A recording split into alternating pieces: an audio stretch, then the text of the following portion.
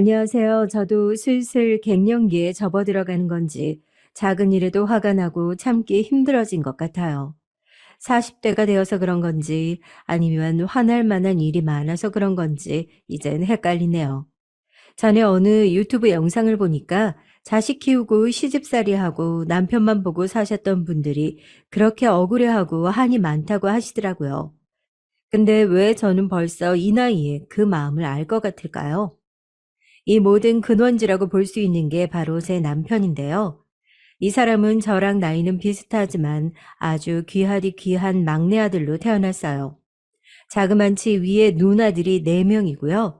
그저 주구장창 아들 낳을 때까지 그렇게 낳으셨다네요. 큰 신우가 이 부분에 대해 엄청 불만이 많았어요. 용철이 저놈은 순전히 시대 잘 만나서 그리고 우리 자매들 때문에 혼자 꽃가마 타고 다녔지. 솔직히 말하면 엄마도 불쌍하지만 나는 나이 먹을수록 우리 엄마가 안 불쌍하고 그냥 미워. 올케 앞에서 이런 말 할 건 아니지만 말이야. 어이 누님 그렇게 말할 게 있어? 내 마누라도 있는데 앞에서 그런 말은 좀 자제하셔. 내가 뭐 누나들만 득실거리는 집에서 태어나고 싶어서 태어났나?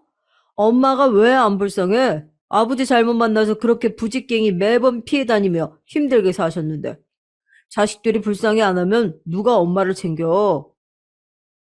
그런데 참 저는 이래서 시댁 식구들이 나란히 모이는 분위기가 싫더라고요. 꼭 이런 식으로 화제가 흐르고 언성 높아지고 누구 하나 울고 누구는 술 취해서 싸우는 그림이 만들어지더군요. 우리 남편은 막내고 사랑 많이 받았으면서 누나들한테 맞춰줄 것이지 절대 한마디도 안 지는 타입이었죠. 봐라 봐 이놈 자식 말하는 뽐새 봐라. 니만 엄마 아버지한테 먹을 거 입을 거 다 쳐누려 놓고 누나들 앞에서 그렇게 주름 잡고 싶냐? 얻어먹은 거 많으면 니나 실컷 엄마 불쌍히 여기면서 죽을 때까지 효도해라. 안 말린다. 누나 말 다 했어? 맨날 이런 식이야. 이러니까 엄마가 누나들만 만나고 오면 화병이 나고 체해서 며칠을 알아눕지. 아유 속 사납게 진짜. 이렇게 되면 신우들도 한둘씩 일어나면서 인상을 쓰고 자리를 빠지는 거죠. 근데 이때는 분위기가 남달랐던 게 막내 신우가 절 부르더니 이렇게 말하더라고요.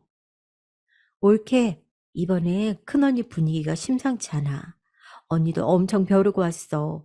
엄마랑 용철이 둘 다 뒤엎는다고 하는 걸 우리가 한창 말렸다? 그런 개싸움 안 되려면 한동안 얼굴 안 보는 게 낫겠어. 올케는 말이 통하는 사람이니까 이렇게 말하는 거야. 암튼 우리 슬슬 일어날게. 그러면서 파하는 분위기였고 남편은 화가 나서 자기 누나들 배웅도 안 하더라고요. 그런 남편을 보면서 신우들은 주절주절 욕 비슷한 소리들을 하고 어머니는 진즉 취해서 안방에 아주 뻗어버리셨어요. 하지만 그 뒤치다꺼리를 다 하는 제가 이 그림 안에서 제일 불쌍한 등장인물 아닐까요? 저러고들 다 밀물 썰물 빠지듯 사라지면 남편은 그냥 자기도 안방 가서 벌렁 드러눕거든요. 하여간 누나들만 만나면 이렇게 속에서 열불이 더 올라와. 당신 벌써 창 다 치웠어? 아유, 좀 주전버리로 먹을 만한 거 다시 조그맣게 차려와봐. 엄마 일어나시면 한 잔 더 하게. 이런 얘기를 들으면 전 이제 속에서 불이 막 올라오는 거예요. 예전엔 저도 고분고분한 새댁 시절이 있었고 그때야 세상 순하게 다 맞춰줬죠. 먹고 싶으면 당신이 차려 먹어. 나 지금 여기 상 치우느라 허리가 휘게 생겼는데 어쩜 그러냐? 같이 좀 나와서 도우라고. 아유, 이렇게 밥상 받을 때마다 눈치를 보고 빌어야 되겠어? 됐어. 필요 없어. 이러면서 문을 쾅 닫아버리는 인간이 연애 때에는 저에게 별이고 달이고 다 윽박질러서 따다 줄 것처럼 굴었답니다. 하지만 지나보니까 알겠더라고요. 결혼하고 난 뒤 두고두고 사람 피말리는 인간이었단걸요. 앞서 말한 저런 일들이 몰아치고 난 뒤 이후로 명절이라든지 가족 행사가 되면 신우들은 전부 손을 떼버렸어요. 말했잖아 옳게. 나는 이제 엄마네 안 가. 엄마랑 영 끊었어. 용철이 보고 알아서 엄마 잘 모시라고 해. 내가 엄마 때문에 그놈한테 별소리를 다 들은 거 생각하면 진짜 아휴, 그 녀석 똥기저귀 갈아주며 나도 못 가는 대학 그놈은 보내고 얼마나 서름을 당했는지 웃기지도 않아. 큰 신우 작은 신우 그 밑은 더 볼 것도 없고요. 행사에 대해 의논 전화를 하면 하나같이 제 남편 욕만 기차게 해대더라고요. 그러면서 끝은 약속한 것처럼 이렇게 맺는 거예요. 난 몰라. 올케가 그냥 알아서 해. 하기 싫으면 안 해도 돼. 우리 엄마 엄청 대세서 오래오래 살면서 올케 괴롭힐걸. 암튼 나는 이제 모르는 일이니까 그런 걸로 연락 안 해도 돼. 이런 식으로 발을 쓱 빼버리면 저는 뭐 하고 싶어서 하나요? 자기들도 말은 딸이라서 차별당했다고 하지만 딸보다도 못하고 시대 강아지보다도 못한 존재가 며느리 아니던가요? 저도 하기 싫어서 죽겠는데 시누이들이 발을 빼니 제 일만 많아지는 거죠. 와, 진짜 누님들 한 명도 안 온다고? 미쳤네. 미쳤어, 진짜. 낳고 키워준 정도 모르는 것들 같으니라고.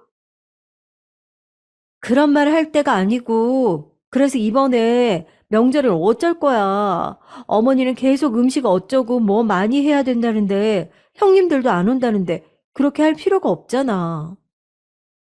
그러면 남편은 걷다 대고 속 터지는 소리를 하더라고요.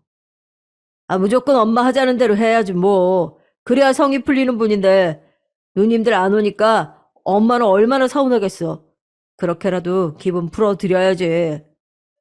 이러면서 남편 역시 저에게 떠맡겼고 저는 수년을 그렇게 해오다 결국 골마 터지게 됐어요.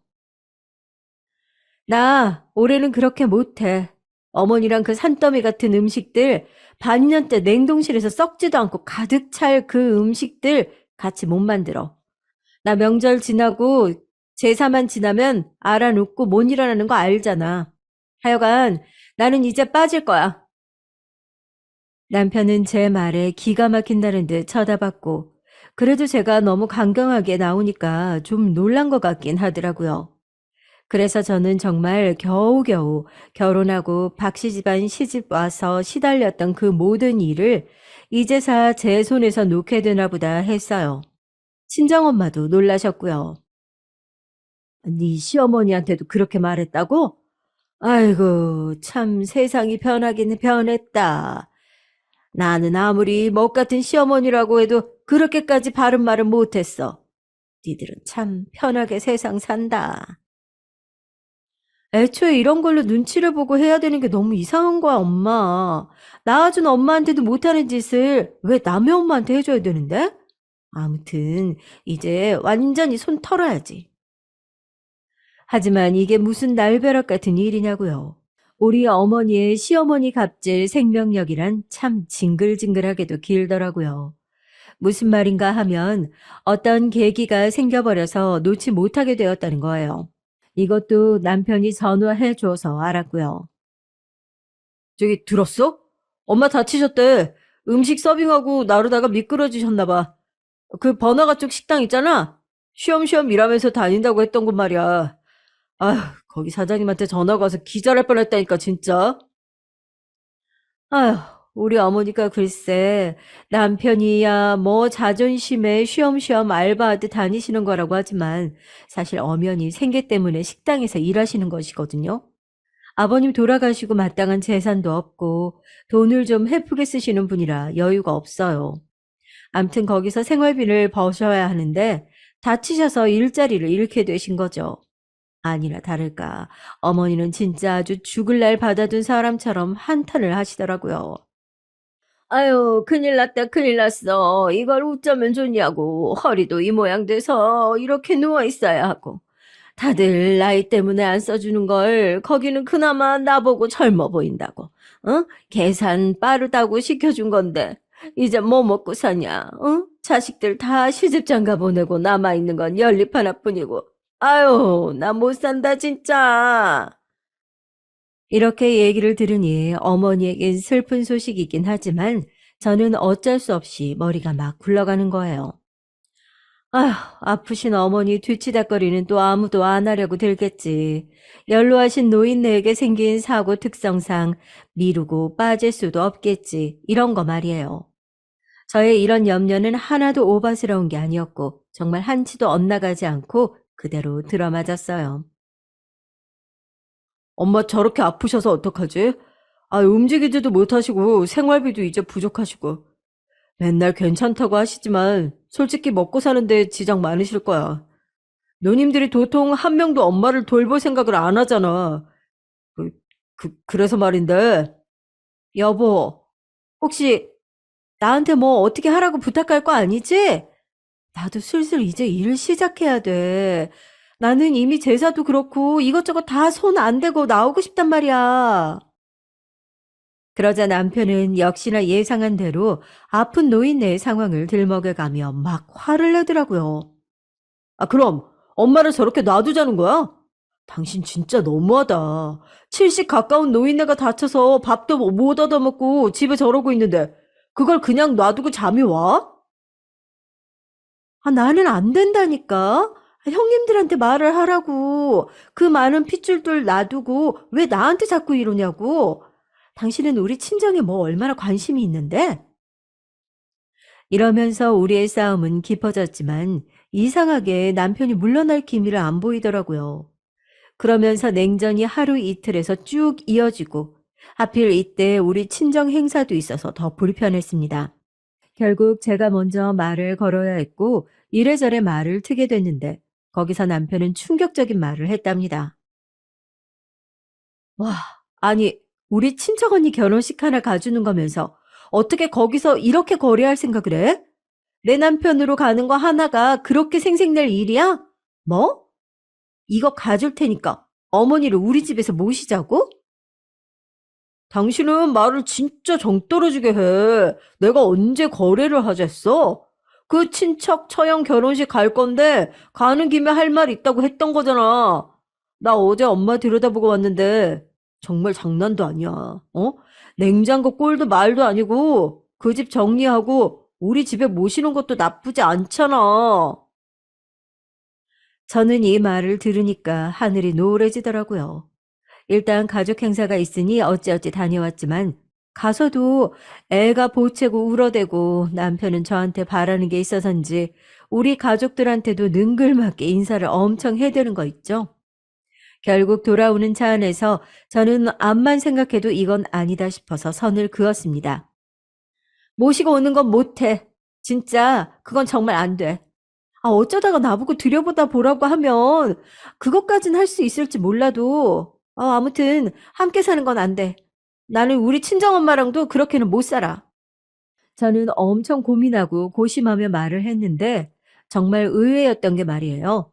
남편이 예상은 했다는 듯 그렇게 험악한 표정은 아니온 거예요. 웬일로 순순히 받아들이겠다는 건가 했는데 와, 더 험난한 현실이 기다리고 있었답니다. 어떤 일이 있을 것 같으신가요? 아마 뭘 상상해도 그 이상일 겁니다. 당신이 내가 그렇게 말할 줄 알았어. 그래서 나도 방법을 생각해 봤는데 노인네 저렇게 혼자 둘 수도 없고 당신도 싫다고 할 거고. 그러고 뜸을 들이는 게 점점 쎄한 거예요. 기다려봤더니 세상에 전 너무 놀래서 턱이 빠질 듯 입이 벌어졌어요. 뭐, 200만 원? 어머니한테 매달 그렇게 200만 원씩 드리자고? 그럼 어쩔래? 엄마 다리 저렇게 돼서 질질 끌면서 움직이셔야 돼. 게다가 나가서 일하는 건 완전 불가능하고 치료도 받아야 하고 생활도 해야 되는데. 그래서 내가 모시자고 했던 거 아니야. 살림 합치면 집도 합쳐서 돈도 남고. 어? 아니, 됐어.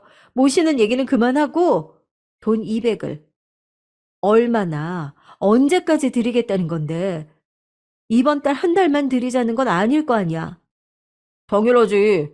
몸 아팠다가 낫는 게 어디 엄마 맘대로 되냐?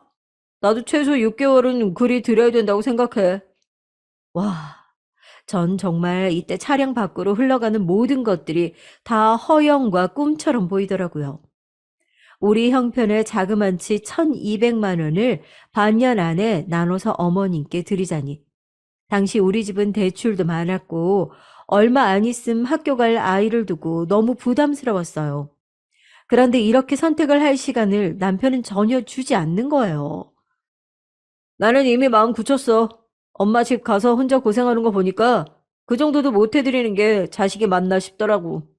게다가 같이 살게 되면 당신이랑 어머니 부딪힐 게 뻔하고 그거 보고 사느니 그냥 이렇게 무리해서 얼마 용돈을 보내드리는 게 나을 것 같아. 이미 본인이 이렇게 결론을 다 내버렸고 경제권도 거의 남편에게 있으니 저에겐 선택지가 없었어요. 제가 계속 싫다는 표정을 지었더니 그럼 모실 거냐면서 버럭 화를 내니까요. 매달 용돈 드리는 자리에서 당신도 같이 갔으면 좋겠어. 가서 엄마 어떻게 하고 계시는지 들여다도 좀 보고 자꾸 우리 누님들 얘기 꺼내서 일 복잡하게 만들지 말고 당신은 며느리로서 도리만 하면 되잖아. 이때 저는 도저히 반박할 말이 없어서 그냥 있었고요. 아무튼 그 뒤로 어머니께 몇 번 용돈 드리러 갈 일이 있었지만 저렇게 말해놓고 막상 안 부르더라고요. 어머니한테 간다지 않았어? 나랑 이준이도 같이 가야 하나? 갈 때 뭐 죽 같은 거 사가면 될까? 반찬 좀 해둔 거 있는데. 근데 남편은 의외로 그냥 혼자 간다는 거예요. 저야 뭐 따라갈 필요 없어서 좋긴 했죠. 됐어. 당신 어차피 엄마한테 가는 거 귀찮을 거 아니야. 나 혼자 다녀올게. 반찬은 따로 싸줘. 나중에 전화나 드리던지 해. 말 맞다나 저도 솔직히 가고 싶지 않았어요.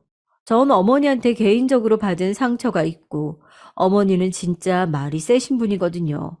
가서 잔소리 들을 생각하니 이렇게 남편 건너서 전달하고 끝내고 싶었죠. 당시에는 저희 아빠도 돌아가신 지 오래되지 않았고 저희 엄마도 꽤 허전해 하실 때였는데요. 저는 저희 친정엄마한텐 자주 갔었어요. 이걸 남편이 꼬집어 뭐라고 하더라고요. 당신, 장모님한테는 그렇게 밥 먹듯 드나들면서 우리 엄마한테 전화는 해본 거야? 반찬이랑 몇 가지 딱 만들어주고 너무 안 들여다보는 것 같다. 아유, 진짜 시집살이는 남편이 시킨다고 엄청 간섭질을 하더라고요. 저도 이런 상황이 반복되다 보니까 고민이 커졌고 이전에 그만뒀던 직장 언니에게 상담을 했어요. 저 복직하기에는 이미 시기가 늦었고 비슷한 계열사로 면접 봐서 들어가려고 하는데 언니 어떻게 생각해요? 집에만 있으니까 자꾸 남편이 무시하는 것 같고 제 인력이 남아돈다고 생각해요. 이걸 자꾸 시댁에 쏟아붓길 바라더라고요. 이준이는 친정엄마 누구한테 맡길 수 있는 거야? 그것만 해결된다면 빨리 일하는 게 나아. 남자들도 여자가 일한다고 하면 나중에 본인이 기댈 거 생각해서 함부로 못하거든. 사실 이 무렵 때 남편이 저한테 은근슬쩍 맞벌이를 권유하기도 했었기 때문에 저도 약간 오기가 생겼어요. 나 이제 일하기 시작할 거야. 예전에 알던 직장 언니가 두어 곳 소개시켜줬는데 한번 면접 봐보려고. 그래, 잘 생각했어. 당신도 이준이 저만치 컸으니 당연히 일할 때가 됐지. 나도 혼자 벌어서 생활하는 거 좀 버겁고 부담됐었어. 집에 있으면서 나만 바라보지 말고 당신도 이제 슬슬 일해. 참, 이런 대화를 하고 나니 저는 괜시리 좀 서글퍼지더라고요. 여기까지 제 얘기 들어주신 분들이 볼 때 우리 부부 사이에 어떤 애정 같은 게 느껴지기는 하시나요? 그냥 정말 어떤 기업체를 운영하는 것처럼 뭔가 목적을 갖고 그게 달성되기 위해 퍼즐들처럼 맞물려서 사는 것 같아요. 전 시댁 문제만 아니었어도 남편이랑 무던히 잘 지냈을 텐데 이 사람은 애 낳고 난 뒤부터 자꾸 어떤 역할들을 강조하더라고요. 암튼 저는 이후로 새로이 취업을 했지만 뭐랄까요. 정말이지 우리나라는 아이를 낳고 일하는 여자에게 좋은 환경은 아닌 것 같아요. 같은 여자건 아니건 결혼을 하고 안 하고에 따라서 이해도가 너무 떨어지더라고요. 우리 애가 아파서 제가 잠깐 휴가를 냈는데 그 다음날 같은 부서 여직원들이 뒷담을 하더라고요. 나 이래서 애 엄마들 싫어. 앞서 그만둔 그 아줌마도 툭 하면 애 아프다고 연차 쓰고 친정엄마가 봐주신 거 갚아야 된다고 가족여행 간다고 휴가 불쑥 내지를 않나? 아우, 이번에 새로운 아줌마도 저러고 있는 거 보니까 진짜 결혼하기 싫다. 아우, 짜증나. 화장실에서 이런 소리를 듣고 깜짝 놀란 저는 나중에 조용히 사무실로 들어가 못 들은 척 했어요. 그런데 앞서 제 욕을 하던 그 여직원이 아무렇지 않게 생글생글 웃으면서 말을 걸어오더라고요. 아, 애기 괜찮아진 거예요? 앞으로 혹시 불편한 일 있으면 미리 말씀해 주세요. 저희 다 맞출 수 있거든요. 마음고생하셨겠어요. 이거 드세요. 그러면서 뭐 사탕 같은 걸 주고 가는데 사람이 너무 앞뒤가 다르게 느껴져서 무섭더라고요.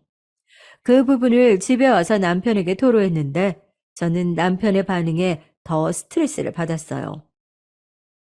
아, 뭐 그런 걸 갖고 그렇게 일일이 기분 나빠해? 그냥 참고 다녀. 당신처럼 경력 뚝 잘라진 사람을 다시 불러다가 200씩 주고 쓰는 거 당연한 일 아니야. 그 여직원들 대학 멀쩡히 나오고 거기 근속하면서 착실히 급여 올리는 애들 아니냐. 당연히 흠 잡을 게 눈에 보이고 싫겠지. 아우, 여보, 내가 뭐 대단한 말을 바랬어? 나 간만에 직장 들어가서 이렇게 일하기 시작했는데 그냥 내 역성 좀 들어주면 그렇게 안 되냐? 아, 그렇게 징징대는 거 들어줘서 뭐가 달라지는데? 맨날 징징거리는 횟수만 늘고 양만 늘어갈 뿐이야. 그리고 당신 돈 버는 데에 도움 하나도 안 돼. 빨리 그 차가운 현실을 깨닫고 버티는 수밖에 없지. 반대로 나는 밖에서 얼마나 고생하는지 알겠어? 알면 좀 잘해. 정말 정남이가 뚝뚝 떨어지는 말투로 이렇게 말을 하는데, 그래요. 저도 마음 같아선 이 모든 걸 깨부시고 당당하게 직장 다니고 남편 코도 납작하게 해주고 싶었더랬죠. 하지만 애들은 왜 엄마가 일하기 시작하면 그렇게 아픈 걸까요? 저희 친정엄마가 애를 봐주셨는데, 글쎄 독감에 걸렸다지 뭐예요. 아우, 아까 소아과 데려갔더니 독감이라더라. 아휴, 나랑도 격리하는 게 좋을 거라는데, 아우, 나도 그게 옳은 것 같다. 낮부터 누가 머리를 때리는 것 마냥 아파가지고 힘들어 죽겠어. 이준이도 5일은 어린이집 못 가고 격리해야 된대. 아, 어쩌면 좋냐, 이걸? 결국 저는 이걸로 실랑이를 벌이고 어떻게 막아보려고 하다가 친정엄마가 폐렴까지 확장돼서 입원하게 되시면서 제 손으로 사직서를 내게 됐습니다. 남편도 이땐 한숨을 푹푹 쉬며 어쩔 수 없겠다 포기를 하더군요. 별 수 없지 뭐 어떡해. 그리고 참 당신도 시간 되면 엄마한테 좀 다녀와 줄 수 있어? 아니 저 장모님 돌봐드리고 시간 되면 가달란 얘기야. 내가 지난달 첫 주인가 가고 엄마한테 못 갔거든. 반찬 혹시 먹을 만한 거 있으면 좀 갖다 드리고.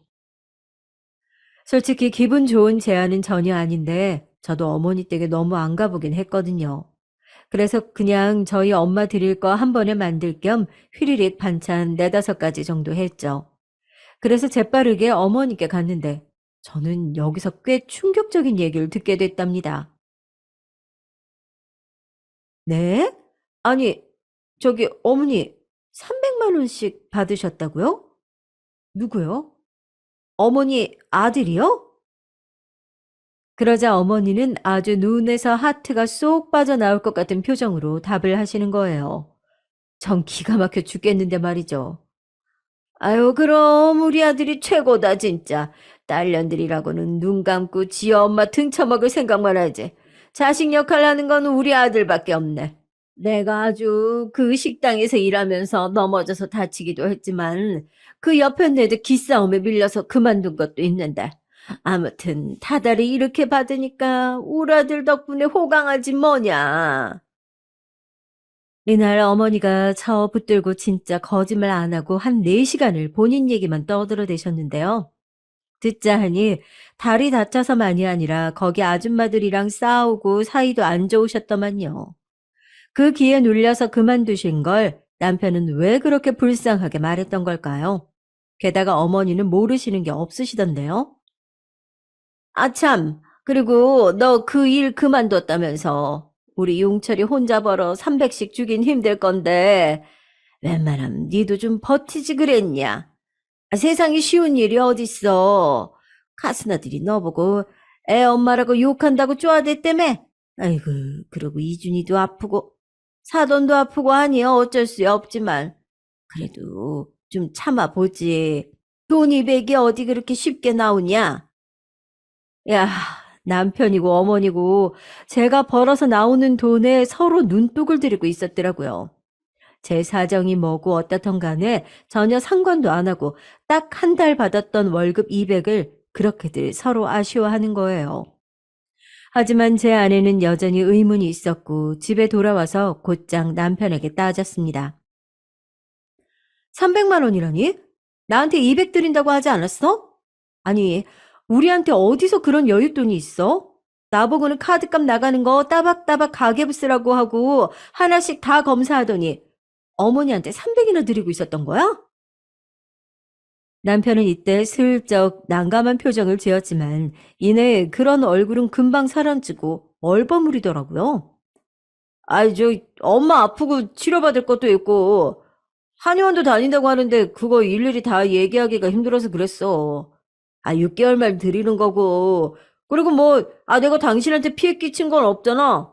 당신이 번 월급을 달라고 하기로 했어? 뭐 그랬어? 내가 번 돈 내 엄마 준다는데, 그렇게 기분이 나빠? 저는 이 대화를 통해 제가 얻은 건 없다는 걸 알았지만 이상하게 기운이 쭉 빠지더라고요. 더 싸우고 싶지도 언쟁을 벌이고 싶지도 않고요. 이제 남편과 제 사이에 더 나눌 뭔가가 없을 것 같다는 슬픈 예감이 들었어요. 하지만 제가 이렇게 마음을 놓아버릴 여유도 없이 그놈의 집안 행사는 또 찾아오고 말았습니다. 그건 바로 어머니 칠순잔치였어요. 남편이 아닌 어머니 본인이 직접 전화해서 저한테 요구를 하시더라고요. 그간 딸만 넷 낳고 아들 하나 낳기까지 고생하면서 살아온 내 인생이 너무 서글퍼서 좀 대접을 받고 싶다. 내가 그래도 늙음하게 말년에 복이 있기는 한 거지. 이준어멈 네가 좀 제대로 준비해봐라. 반짝반짝하고 촌스럽게 시뻘겋게 그렇게 좀 해줘라. 남들 다 그리 하더만. 먼 놈의 요구사항은 또 그렇게 까다로우신지 본인이 직접 전화해서 부탁하는데 싫다고 말할 수도 없고요. 남편에게 이런 상황을 말했더니 또 얄팍하게 말을 뱉더군요. 엄마가 해달라면 그렇게 해드리면 되지. 뭐가 문제요? 부페랑 연동되어 있는 홀들 많을 테니까. 당신이 인터넷으로 좀 알아봐. 아마 전 이 무렵부터 남편과의 대화를 짧게 끊었던 것 같아요. 길게 말해봐야 속만 터지고 이상하게 새벽쯤만 되면 우울감이 들고 남편과 한방 쓰기도 싫더라고요. 어느 순간부터 아이 방에 와서 자꾸 남편과는 최소한의 소통만 했어요. 헌데 사람이 누울 자리를 보고 눕는다고 이런 요구를 하더라고요. 우리 남편 70년대 사람인데 왜 이렇게 고지식하고 50년대 아저씨들 같을까요? 당신이 이 집에서 딸이자 며느리 노릇을 하는 셈이니까 이번엔 누님들을 좀 중재해서 불러 모아봐. 다른 날도 아니고 칠순이잖아. 내 말은 누님들이 들은 척도 안 해. 같은 여자니까 당신이 뭐라 좀 얘기 좀 해봐 좀. 전 조금도 내키지 않았어요. 진짜 이 큰 행사만 끝내고 두고 보잔 생각이었거든요. 하나씩 시댁 일도 끊고 무슨 일이 있어도 거들지 않겠다고 다짐을 했었더랬죠. 하지만 제 말을 들은 신우들 역시 순조롭게 따라주진 않았고 이게 뭐라고 제가 중간에서 고생을 해야 하는 건지 답답했어요.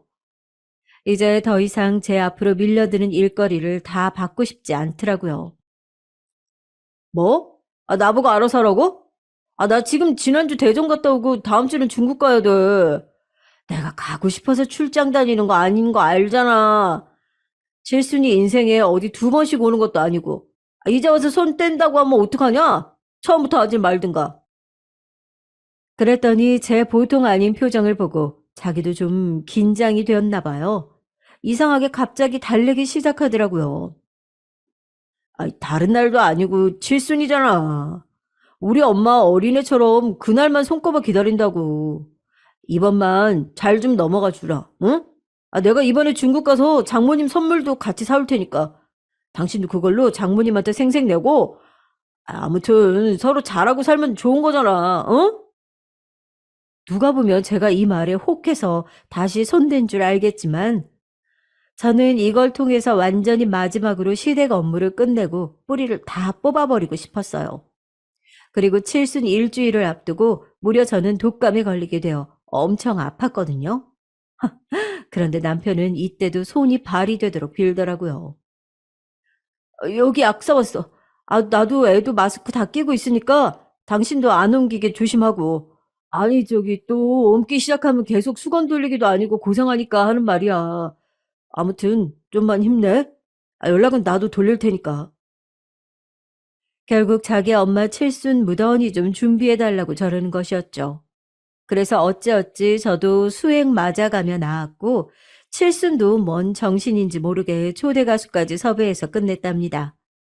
그런데 행사가 끝난 그날 저녁 말이에요. 그나마 저랑 말귀가 통한다고 생각했던 막내 신우로부터 전화가 왔어요. 그리고 저한테 곧장 따지기 시작하는 거죠. 옳게 좋은 날 애쓰고 고생 많아서 나도 그냥 좋은 말만 해주고 싶은데 내가 우리 남편한테 면이 도통 안 서서 말이야. 우리 남편이랑 나랑 힘껏 수고비도 쥐어주고 했는데 어째서 이 시간이 될수록 용철이랑 올케는 인사 한마디 없어? 손님 초대도 너 해놓고 그러면 안 되지. 네? 수고비. 그게 무슨 말씀이신지 저는 받은 게 없는데요? 저는 일단 끊고 뭔가 이상해서 곧장 남편에게 물어봤는데 이렇게 말하는 거예요. 난 뭔 얘기인지 모르겠어. 아까 누님이 주는 거 받긴 했는데 그대로 다 어머니 드려버렸지. 아, 그냥 다들 직통으로 저 빼고 얘기하면 안 되는 건지. 그래서 저도 막내 신우에게 얘기했는데 괜히 박씨 집안 사람들이 아니었어요. 진짜 말구녕이 안 통하더라고요. 나는 엄마랑 연 끊은 지 오래야. 어디까지나 올케네 수고했다고 돈을 쥐어준 거라고. 아, 남편 간만에 처가 행사 데려가서 돈 크게 쓰게 했는데 면이 안 서잖아, 진짜. 계속 투덜대고 짜증난다는 신우 때문에 결국 아직도 독감의 여독이 남아 몽롱한 제가 별로 말도 안 나눠본 막내 신우 남편에게 전화해서 직접 감사 인사를 했답니다. 남편한테 말하니까 괜히 집 매형만 욕하더라고요.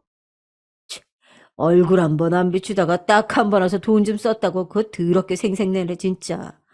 아유, 다시는 얼굴 안 봐야지 진짜.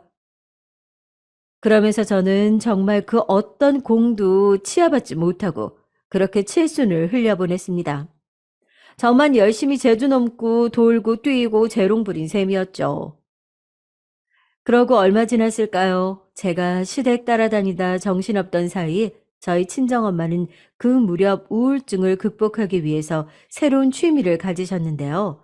바로 산악회 모임에 들어가셨더라고요.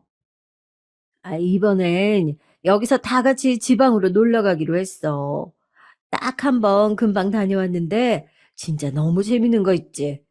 나도 나이 먹어 자식들한테 데려달라고 하기도 좀 그렇고 우리 또래들끼리 길눈 밝고 똑똑한 사람들이랑 같이 다니니까 너무 좋다, 야.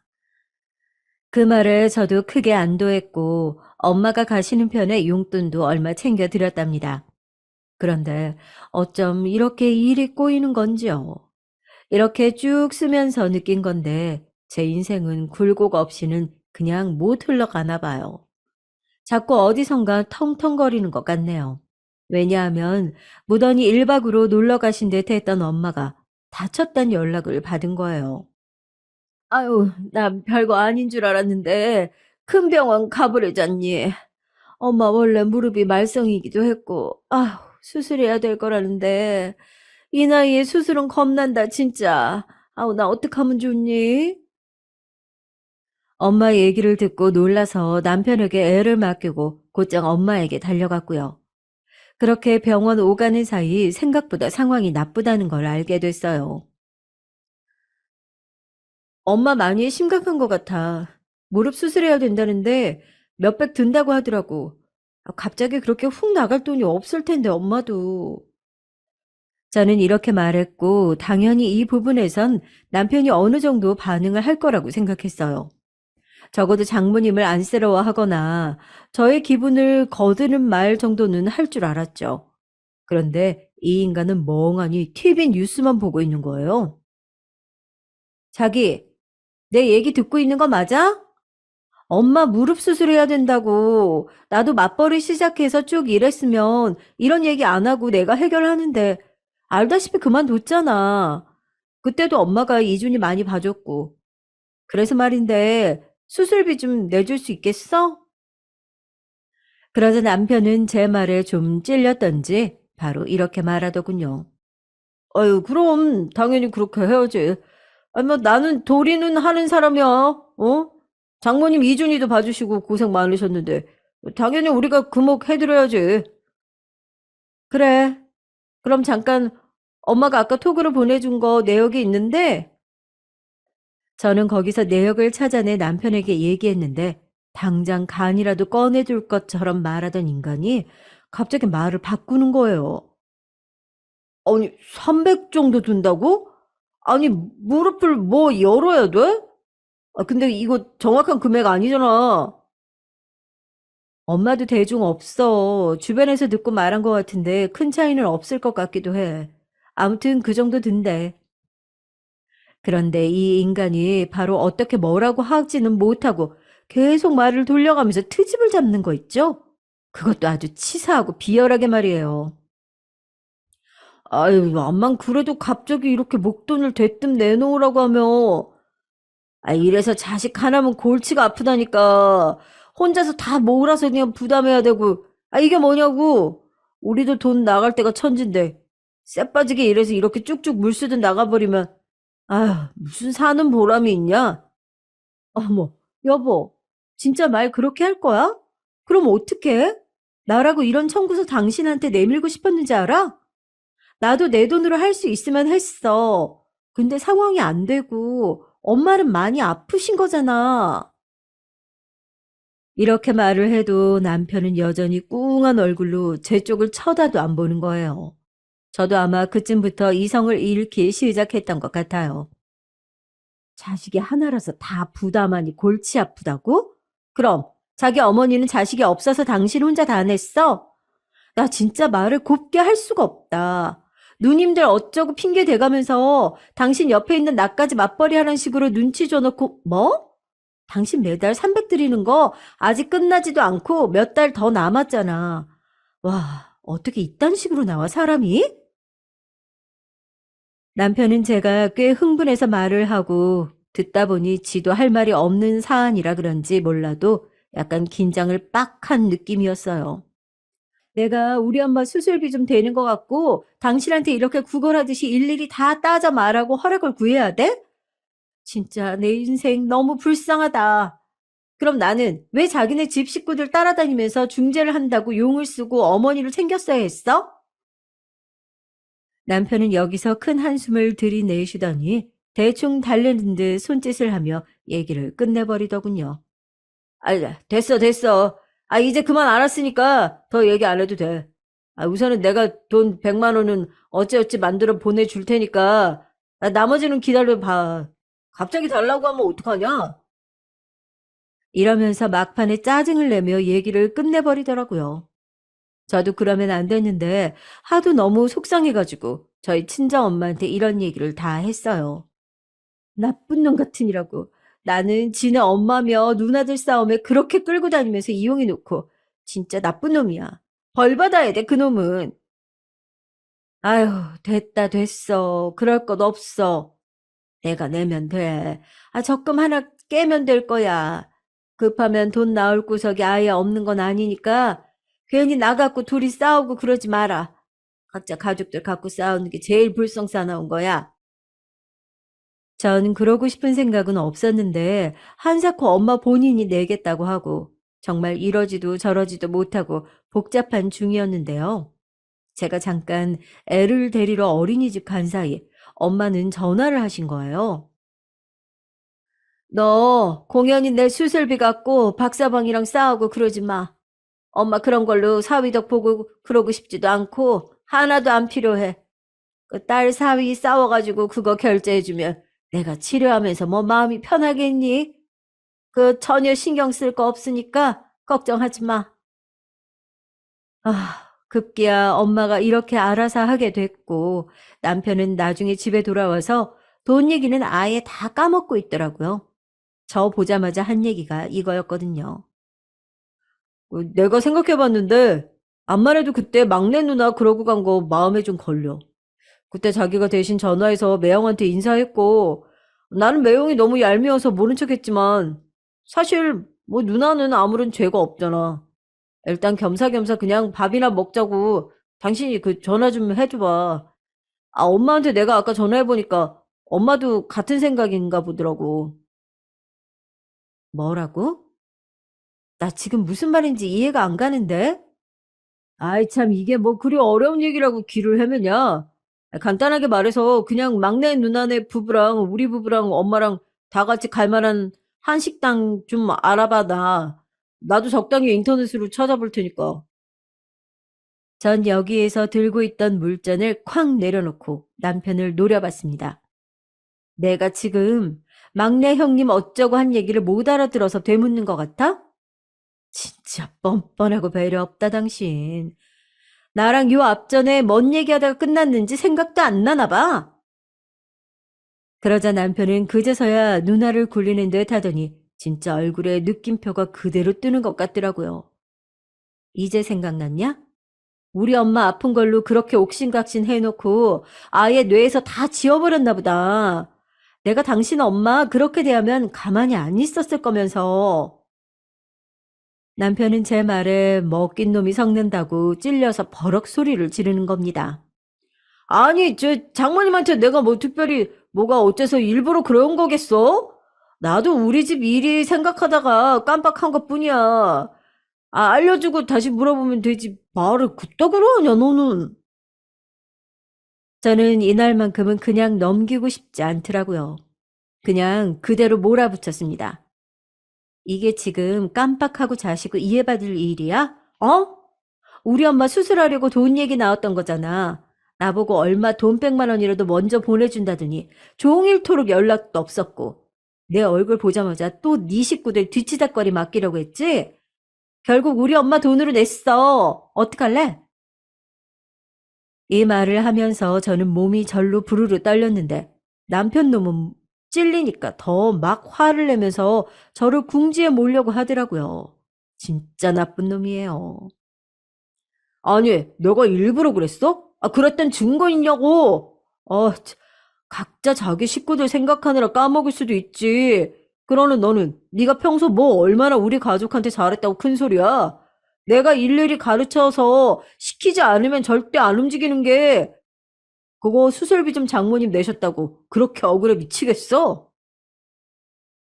이때부터 저는 눈을 부릅뜨고 남편에게 시선을 뗄 수 없었어요.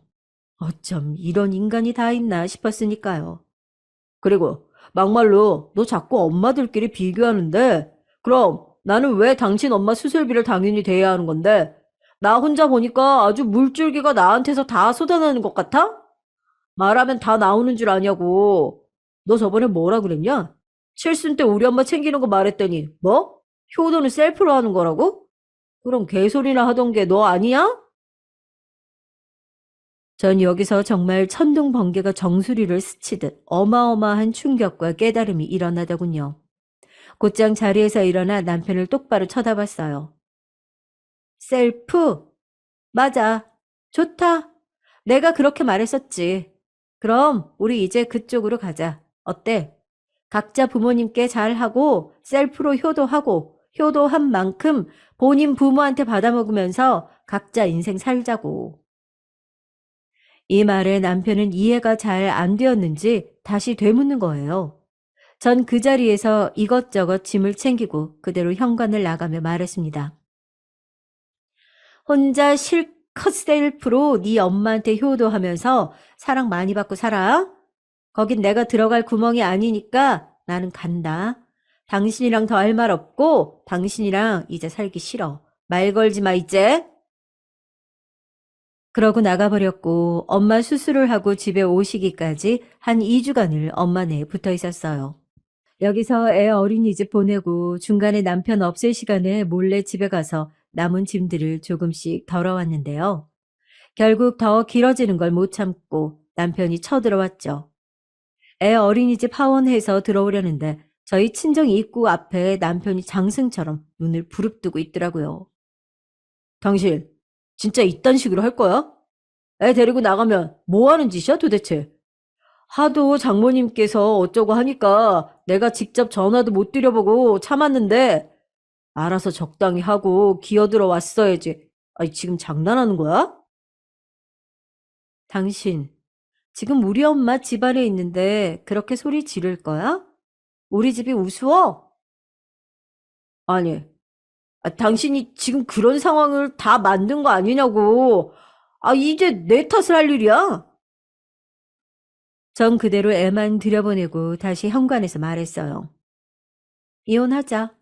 나 당신이랑 이제 그만하고 싶어.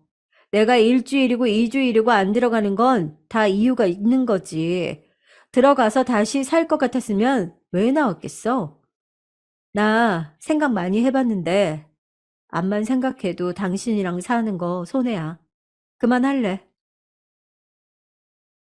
뭐 잘못 먹은 것도 아니고 왜 그런 소리를 하는 거야 지금? 웃기지 좀 말아줄래? 이혼은 무슨 씨나라 까먹는 소리를. 남들이 여기저기서 주제 넘게 이혼하는 소리 하니까 당신도 뭐 맘만 먹으면 할 수 있는 줄 알았어? 장모님 수술비도 없어서 나한테 깽판 치다가 나가버린 주제에 이혼 같은 소리하고 앉았네. 뭐? 내가 이혼을 왜 못하는데? 남편은 제 말을 더 듣지도 않고 뒷짐을 지고 한숨만 팍팍 쉬어대더니 빨리 나오라는 거예요. 됐고 서로 힘 빼지 말고 애도 그만 고생시키고 장모님도 불편하게 하지 말고 나와. 당신만 똑바로 하면 모두가 행복해. 뭔 말인지 알지? 어이가 없네. 언제부터 그렇게 우리 엄마를 걱정해 주셨대? 뭐? 이혼할 주제가 안 돼? 그럴 주제가 되는데 당신보다 낫지. 없는 형편에 돈 300씩 시댁에 갖다 붙는 당신보다 난 아주 여유 있어. 어디서 명령질이야? 아우, 이걸 진짜. 존말할 때 빨리 들어가서 애 데리고 챙겨서 나와. 더 큰 소리 안 나게. 이야, 이 인간 이자분이 더한 짓도 저에게 하겠더라고요. 저는 번뜩 생각난 게 있어 후다닥 들어가서 엄마에게 말하고 그걸 챙겨 나왔죠. 남편은 지 기준에서 제가 정신 차린 줄 알고 팔짱을 끼고 입구 앞에 서 있더군요. 뭐야, 애는? 왜 혼자 나와? 짐이랑 다 갖고 나오라니까. 이거나 볼래? 당신 주제 파악 시켜줄 종이야. 보고 화병 나서 찍고 그러면 큰일 난다, 당신. 적당히 보고 돌려줘. 그러고 전 서류를 남편에게 내밀었고 남편은 오만상을 찌푸리며 그걸 받아보더군요.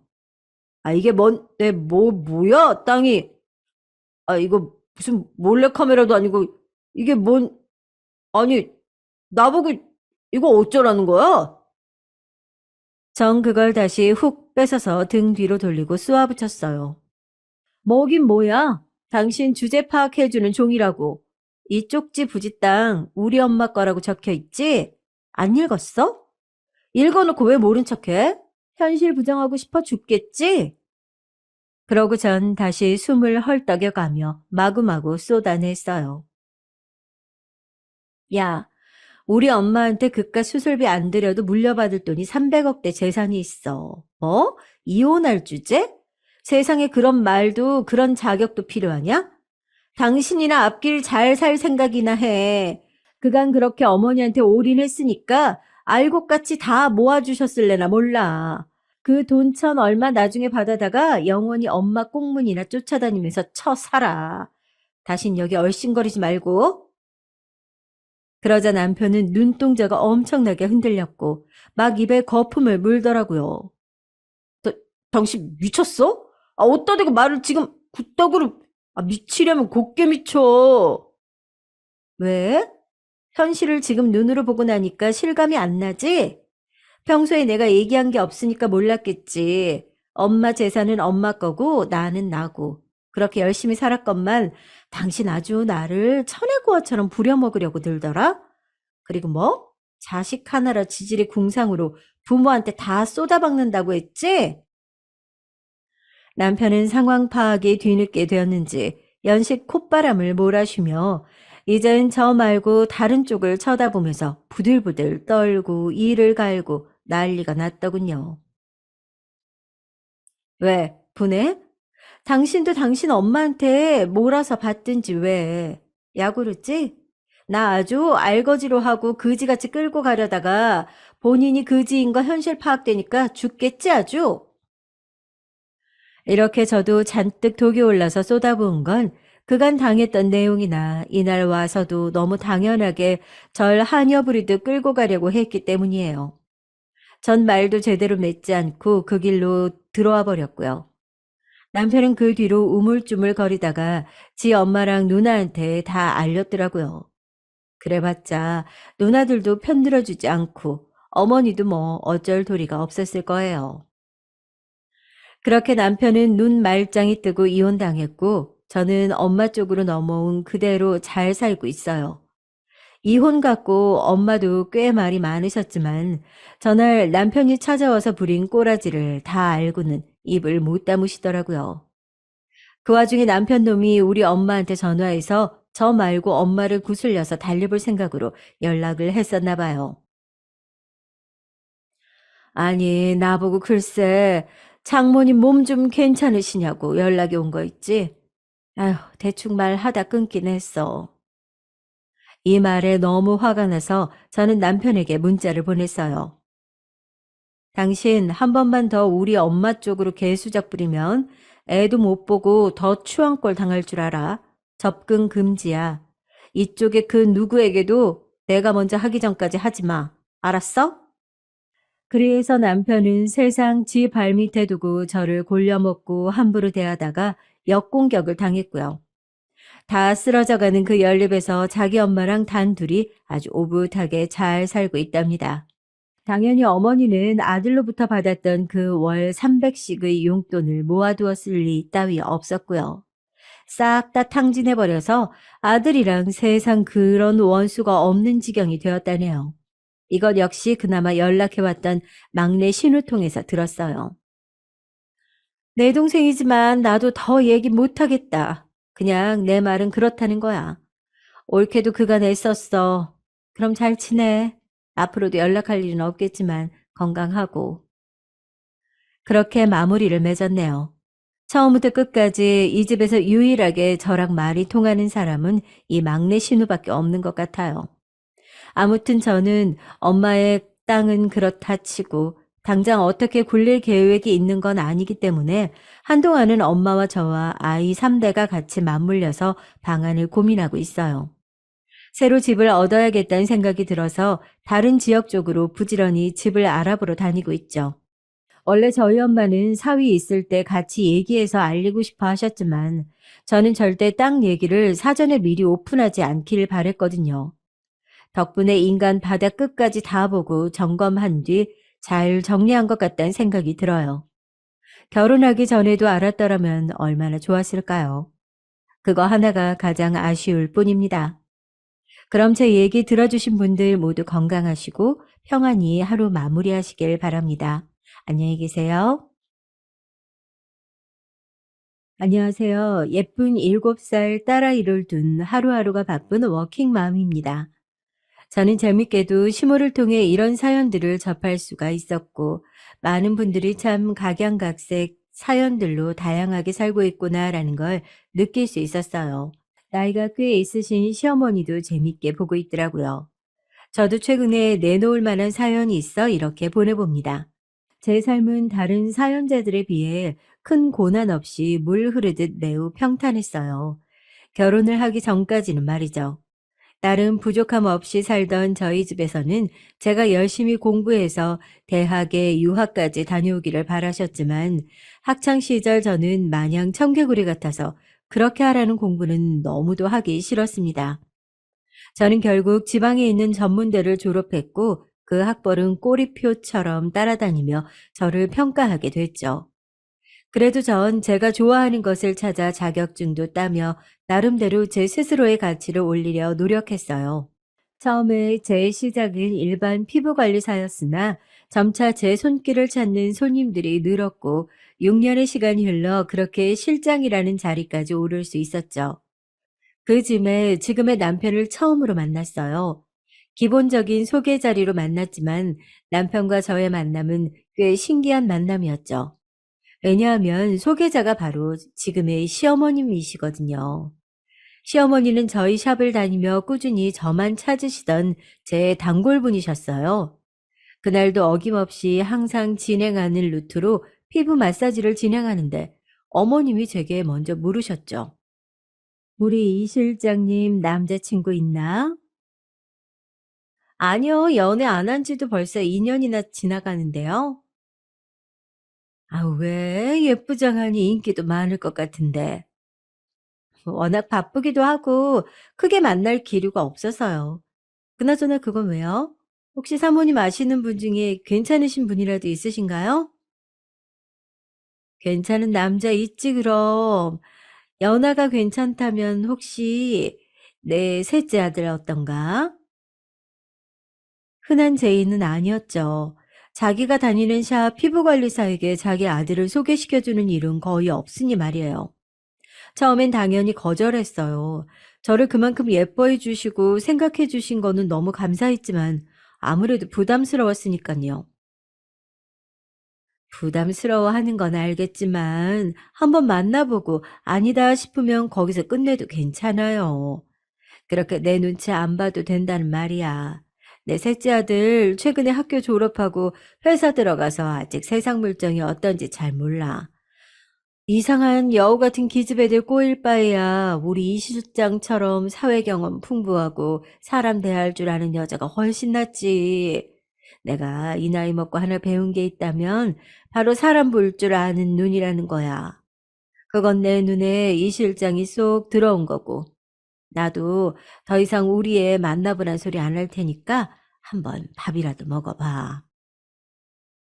이후에도 당시의 사모님이자 지금의 어머님은 제게 계속 제안을 하셨고 결국 지금의 남편을 소개 자리에서 만났습니다. 남편은 저보다 3살이 어렸어요. 전문대에 일찍이 일을 시작했던 저와는 달리 남편은 대학을 각 졸업한 새내기 직장인이었죠. 처음엔 억지로 이 자리를 나온 듯한 모습이 너무나 티나 보였어요. 대답도 건성건성 빨리 집에 가고 싶다는 예의 없는 태도에 저 또한 소리를 꽥 지르며 생각 없는 자리에 억지로 나온 거라고 저도 괜찮다며 그 자리를 박차고 나왔죠. 그런데 희한하게 이후로 연락이 계속 오더라고요. 자기가 초면에 무례했다며 사과의 의미로 밥 한번 사고 싶다면서 말이에요. 그렇게 저희는 서로의 프레임을 빼고 다시 마주하게 됐습니다. 두 번째로 만난 저희 남편은 처음 마주했던 모습과는 많이 달랐어요. 몸에 배어있는 젠틀한 매너에 유머스러운 모습까지 처음에 봤던 그 사람이 맞나 싶을 정도였죠. 덕분에 저도 거리낌 없이 남편을 마주할 수 있었고요. 그렇게 해서 몇 번의 만남을 이은 뒤 저희는 정식으로 교제를 하게 됐습니다. 3년이라는 연애 끝에 결혼까지 이어지게 됐죠. 남편과 연애하는 동안에도 현재 시어머니이자 당시 사모님이었던 어머님은 꾸준히 저희 샵을 나와 저에게 피부 관리를 받으셨고 저희 관계를 응원해 주셨어요. 그렇게 상견인 날 저희 부모님은 그 어느 때보다 옷차림이나 머리 스타일 등 신경 써서 그 자리를 나오셨죠. 시부모님도 한껏 멋을 낸 모습으로 식당에 나타나셨고요. 그리고 두 아주버님과 형님들까지도 함께 모습을 보이셨습니다. 남편에게 형이 둘이 있고 결혼도 했다는 걸 알고 있었지만 이렇게 상견례 자리까지 오실 줄은 몰랐는데 조금은 당황스럽더라고요. 피부관리 사라더니 집이 좀 사나 보네. 머리부터 발끝까지 다 명품이잖아? 그러게요. 나이도 저희보다 많다고 들었는데 관리사라서 그런지 피부에서 광이 나는 게 꼭 저희 또래 같네요. 두 예비 형님들이 수군대며 하는 얘기를 들은 저는 똑똑히 들을 수 있었어요. 남편이 저보다 어려서인지 두 형님들 또한 저보다 나이가 어렸죠. 그리고 남편을 통해 들은 바로는 신기하게도 두 형님은 고교 동창이라 그러더라고요. 큰 아주버님과 작은 아주버님 그리고 두 형님들은 같은 동호회에서 서로를 알게 됐고 비슷한 시기에 만나 결혼까지 했다는데 이미 저 두 사이는 너무나도 친밀하며 제가 끼어들 틈이라고는 없어 보였죠. 시어머니가 예전에 제 단골 손님으로 피부 관리를 받을 당시에 제게 해준 말이 생각이 나더라고요. 시어머니는 두 형님들이 썩 마음에 들지 않으셨지만 두 아주버님이 이 사람 아니면 안 되겠다며 마구잡이로 허락해달라고 한 탓에 어쩔 수 없이 결혼하게 해준 거라며 셋째 아들만큼은 적어도 자기 마음에 찬 여자에게 장가갔으면 좋겠다는 말씀을 해주셨죠. 그게 제가 될 거란 생각은 미처 하지 못했지만 사람 운명이라는 게 참 신기한 것 같아요. 그렇게 상견례를 다녀온 뒤 친정엄마는 이 형님들 두 사람들이 둘이 친구인데다가 기까지 세 보인다며 제 결혼 생활을 걱정해 주셨고 전 그런 엄마를 괜찮으니 걱정 말라며 안심시켰죠. 그리고 친정엄마의 걱정대로 두 형님들의 말도 안 되는 텃세가 시작됐습니다. 결혼 후 신혼여행을 다녀와 시댁을 방문했을 때 귀신같이 따라온 두 형님은 제가 건네는 선물들을 죄다 무시하는 건 기본이었고 결혼 후 처음으로 맞이한 명절에는 다른 분들이 보이지 않을 때면 둘이 작당 모의를 해가지고 제게 뒷정리를 혼자 하게끔 만들었어요. 막내 동서, 뒷정리는 혼자 할 수 있지? 아우, 나는 손목 터널 증후군이 있어서 더 이상 일을 하면 손목에 큰 무리가 갈 것 같네. 그래, 동서. 나는 하지정맥이 있어서 더 이상 서서 일하면 힘들 것 같아. 부탁 좀 할게. 양의 탈을 쓴 여우처럼 앞에서는 같이 일하는 척 했지만 뒤에서는 뺀질대며 조금 쉬겠다고 하고 자리를 비우기 십상이었어요. 아유, 설거지까지 너무 깔끔하게 잘했구나. 수고했다. 어머님이 깔끔히 정리된 주방을 보고 칭찬을 아끼지 않으셨죠. 그런데 식탁 의자에 앉아서 있던 두 형님들은 꼭 본인들이 한 것 마냥 대답을 거들었어요. 별 말씀을요. 어머님, 항상 뒷정리도 깔끔히 해야죠. 맞아요. 형님이 설거지는 깔끔하게 잘하시더라고요. 궁짝이 잘 맞는 두 형님들에게 지금까지 뒷정리를 하나도 거들지 않았으면서 제 얘기는 어떻게 쏙 빼고 말씀을 하실 수 있는지 따져 묻고 싶었지만 마지막까지 계속 일을 했던지라 더 이상 말할 힘도 없었죠.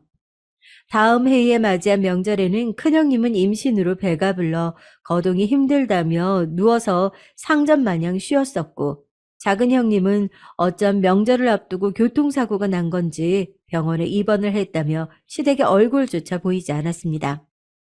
그렇게 몇 번은 형님들이야 시댁에서의 행사나 명절이 아니고서는 자주 보지도 않으니 가족 간의 평화를 깨지 않기 위해 저도 그냥 참고 넘어갔죠. 그런데 제가 가만히 있으니까 정말 사람을 우습게 보는 건지 한 번은 선을 세게 넘더라고요. 시어머님 생신을 얼마 앞두지 않은 날이었어요. 당시엔 제 딸이 태어나기 전 임신 막달인 터라 거동하기가 꽤 불편해 있을 때였어요. 어머님 생신 선물로 생각해둔 가방이 있어서 백화점을 가기만 하면 되는데 몸을 움직이기조차 버거웠던지라 어떻게 사와야 할지 고민을 하고 있었죠. 남편에게 부탁을 할까 하고 있는데 마침 작은 형님에게 전화가 왔어요. 동서, 이번 어머님 생신 선물 말이야. 나랑 형님은 돈 합쳐서 모피코트 하나 사드리려고 하는데 동선 뭐 할 거야? 선물 겹치면 안 되잖아. 아, 생각해둔 가방이 하나 있기는 한데 제가 지금 배가 꽤 많이 불러서 혼자 백화점을 가기가 힘들 것 같아서 걱정이에요. 그렇구나. 아, 그럼 내가 사다 줄까? 네? 아, 정말 그래도 괜찮으시겠어요? 어, 생각해둔 가방 브랜드랑 돈 보내주면 사다 줄게. 감사해요, 형님. 가방은 캡처해둔 거 문자로 보내드리고 계좌번호 보내주시면 이체해드릴게요. 알겠어. 선물은 어머님 생신날 바로 전해줄게. 갑작스러운 작은 형님의 호의에 의아하긴 했지만 제가 임신 막달인 걸 알고 생각해서 그러는 거겠거니 하고 넘어갔죠. 그렇게 시어머님 생신날이었어요. 부른 배를 잡은 채 남편의 부축을 받고 시댁으로 향했죠. 그런데 작은 형님이 사온 가방은 제가 보낸 가방과는 브랜드조차 아예 다른 가방이었어요. 검색해보니까 제가 사려고 했던 가방보다 훨씬 저렴한 가방이었죠. 심지어 제가 부탁한 가방 브랜드는 누구나 알만한 유명한 명품 브랜드였지만 형님이 사온 이 가방 브랜드는 그에 비해 떨어지는 하급 브랜드였거든요. 저는 옆에 시부모님이랑 아주버님들이 보건 말건 작은 형님에게 따져 물었습니다. 형님, 이 가방은 제가 부탁한 가방이랑 브랜드조차 다르잖아요. 그러자 작은 형님 대신 옆에 있던 큰 형님이 대답했어요.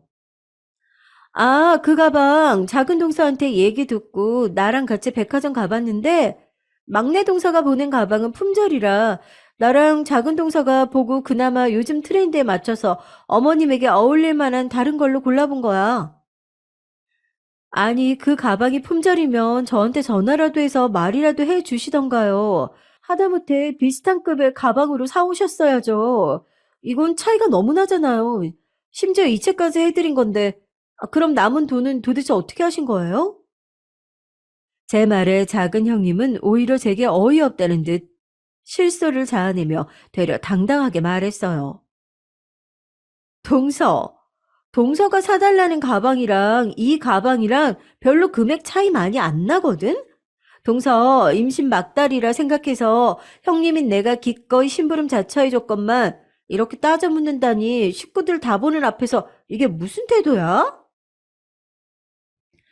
너무나도 뻔뻔스러운 작은 형님의 말에 순간 어안이 벙벙해졌지만 질세라 저는 핸드폰으로 검색한 가방을 보여주며 말했죠. 이거 보세요. 검색해보면 이 가방이 얼마인지 다 알 수가 있다는데 금액 차이가 안 난다니요. 제가 이체해드린 내역 보여드려요? 언성이 높아지자 시어머님과 남편이 와서 저를 말리기 시작했습니다. 아유, 아가, 진정해라. 나를 생각해서 사주려 한 가방은 마음으로 받고 작은 애가 사온 가방으로 만족하마. 그래, 여보. 형수랑 뭔가 오해가 있었던 것 같은데 침착하고 뱃속 애기 생각해서 좋게 좋게 생각하자. 저는 아직 더 할 말이 많이 남아 속이 답답했지만 계속 저를 말리는 두 분을 봐 고개를 끄덕인 뒤 쉬호흡을 여러 차례 하며 겨우 진정을 시켰습니다. 이후 집에 들어와서도 분이 풀리지 않아서 작은 형님에게 연락해 구매해온 가방 영수증과 입금해준 금액의 남은 차액을 이체해달라며 계좌번호까지 같이 문자를 보냈죠. 그런데 오라던 작은 형님에게 연락은 안 오고 작은 아주버님에게 남편 핸드폰으로 전화가 왔어요. 저는 남편에게 스피커폰으로 받아보라고 시키고는 무슨 얘기를 하나 들어봤죠. 야, 그 재수 씨 도대체 왜 그러는 거야? 뭐가? 우리 와이프가 뭘 어쨌다고. 사오라고 부탁했던 가방 말고 더 저렴한 가방 사와서 남은 차액 이체해달라는 건데 뭐가 문제야? 야, 그 가방 금액도 별로 차이 안 나더만. 아, 그리고 재수 씨가 금액이 조금 남으면 그걸로 맛있는 거라도 사 먹으라고 했다던데? 야, 가족끼리 이제 와서 쪼잔하게 다시 돌려달라고 난리고. 아, 왜 그러는 거야? 듣는데 너무 황당하고 어이가 없어서 당장이라도 남편의 핸드폰을 뺏어들고 그런 적 없다고 소리치고 싶었죠. 애초에 부탁한 가방 금액에 맞춰 이체를 해줬을 뿐더러 남으면 맛있는 거라도 사 먹으라 했다니 저는 전혀 그런 말을 한 적이 없는데 안 봐도 작은 형님이 작은 아주버님에게 거짓말로 속인 게 분명하다 싶었습니다. 이후 제 눈치를 살피던 남편은 작은 아주버님에게 다시 연락을 하겠다며 전화를 끊었고 속상해하던 저를 토닥여 주었어요. 여보, 자익은 그냥 형수 심부름비로 줬다고 생각하자. 더 이상 연락봤자 여보 스트레스만 받고 우리 애기한테도 안 좋을 거야. 나도 형한테 더 이상 이런 일 없게 잘 말해볼게. 애써 위로해주는 남편에게 겨우 고개를 끄덕여 주었죠. 그냥 이번 일을 계기로 더 이상 형님들에게 무슨 일이 있어도 부탁 같은 거 하지는 말자 생각하면서 넘겼어요. 그렇게 시간이 흘러 저는 하나뿐인 제 딸을 낳았고 더할 나위 없이 행복한 시간을 보냈죠. 밤만 되면 울어대는 딸아이 덕분에 잠을 잘 못 자는 것 빼고는 말이죠. 남편도 육아를 신경 써서 해주었고, 종종 친정엄마나 시어머님이 와 딸아이를 돌봐준 덕분에 산후조리도 짧은 기간 안에 큰 무리 없이 할 수 있었고요. 그렇게 딸아이가 두 돌이 될 때쯤 저도 일을 복직하기 위해 다니던 샵에 연락을 했어요. 아우, 어쩌지? 이 실장이 온다면 우리야 너무 좋지만 이미 우리도 사람을 다 구해서 자리가 영 안 나네. 안 그래도 이 실장 찾는 손님들 많아서 우리도 웬만하면 이 실장을 복직시키고 싶은데 대신 온 친구가 나이도 어린데다 금세 적응을 해서 자리 잡았거든. 그래서 당장 나가라고 하기가 좀 그렇네. 미안해, 이 실장. 10년을 넘게 함께한 샵이었기에 복직은 금세 가능할 거라고 생각했어요. 그런데 이미 사람을 구한 터라 자리가 안 난다 해서 그렇게만 믿고 있었더니 알고 보니 저를 대신해서 온 직원이 사장 언니 조카였다고 하더라고요. 역시 10년 넘게 일해준 직원도 남은 남이니 자기 가족이 우선이라 그거겠죠. 언제는 동생 동생 하며 남동생만 있던 제게 본인을 언니처럼 생각하라 했던 사장언니를 너무 믿은 제 잘못이었어요. 믿는 도끼에 발등 찍힌 셈이었죠. 이제는 저도 나이가 있고 기혼에 아이까지 있다 보니 제가 원하는 페이에 직장을 구하기는 꽤나 어려웠어요. 어떻게 할지 고민을 하던 저는 결국 제 샵을 차리기로 마음을 먹었답니다. 남편도 시댁도 친정집도 모두 좋은 생각이라며 옆에서 지지해 주었고 지금껏 결혼 자금 외에 야금야금 재테크하며 모아둔 목돈에 남편과 친정엄마가 조금은 보태준 덕분에 대출을 소액만 받고 샵을 차릴 수가 있었어요. 새로 지은 신축 상가의 대로변 바로 앞이고 역도 가까이 있어서 주변 시세보다는 월세가 꽤 나갔지만 무엇보다 집이랑 가까워서 좋았죠. 딸이 어리기에 집과 가까운 게 제일 좋았거든요. 인테리어 회사를 다니던 남편의 손을 빌려가며 가게 내부 인테리어는 적은 비용으로 완벽하게 해낼 수 있었죠. 전체적으로 모던하고 차분한 분위기로 꾸며봤습니다. 전에 다니던 샵은 그저 화려하기만 했다면 제 샵은 좀 더 깔끔했죠. 베드와 기계들을 모두 구비하니 제법 구색이 갖춰져 보이더라고요. 간판이나 홍보는 시아버님의 아는 지인분이 있다며 시댁에서 비용을 조금 보태주어서 진행한다 하여 제가 더 이상 신경 쓰지 않아도 됐습니다. 온 가족의 배려와 모두가 신경 써준 덕분에 샵은 성공적으로 오픈할 수가 있었어요. 웬일인지 두 형님들도 개업 축하 화환을 보내주더라고요. 전에 시어머니 선물 일로 괜시리 서먹해져서 말도 쉽게 안 붙이고 거리를 둔 채 지냈는데 먼저 이렇게 화환도 보내주니까 괜히 미안하고 고맙더라고요. 그래서 저는 먼저 고맙다며 다음에 기회 되면 놀러 오라고 연락을 먼저 보냈습니다. 그 후 저는 꽤나 정신이 없었어요. 사람 구하는 것부터 일이었죠. 자리 잡을 만하면 조금만 힘들어도 그만두는 직원들이 몇 있었으니까요. 그래서 저는 전에 다니던 샵에서 함께 일하던 동생들에게 오랜만에 연락해서 근황을 물었어요. 제가 임신으로 육아휴직을 한 이후론 샵의 손님들이 조금씩 줄어들었다고 하더라고요. 예약도 하나 둘 줄어들기 시작해서 저번 달에는 월급도 밀렸다면서 다른 동생들 몇 명은 이미 관두었다고 곧 샵이 망해도 이상하지 않다면서 지금 있는 직원 몇 명도 당장 이직하려고 알아보고 있다며 꽤 안타까운 소식들을 들려줬죠. 그 중에서도 제일 저를 잘 따르던 동생에게 스카우트 제의를 먼저 해보았습니다. 현주야, 내가 사실 최근에 사는 동네 근처에 샵을 오픈했거든? 나도 믿을 만한 직원이 좀 필요한데 우리 샵에서 일해보지 않을래? 회의는 신경 써서 챙겨줄게. 어머, 언니, 너무 축하해. 언니가 샵을 차린다면 좋겠다 생각했는데 실제로 일어나서 내가 다 좋다. 나야 불러주면 당장 가지.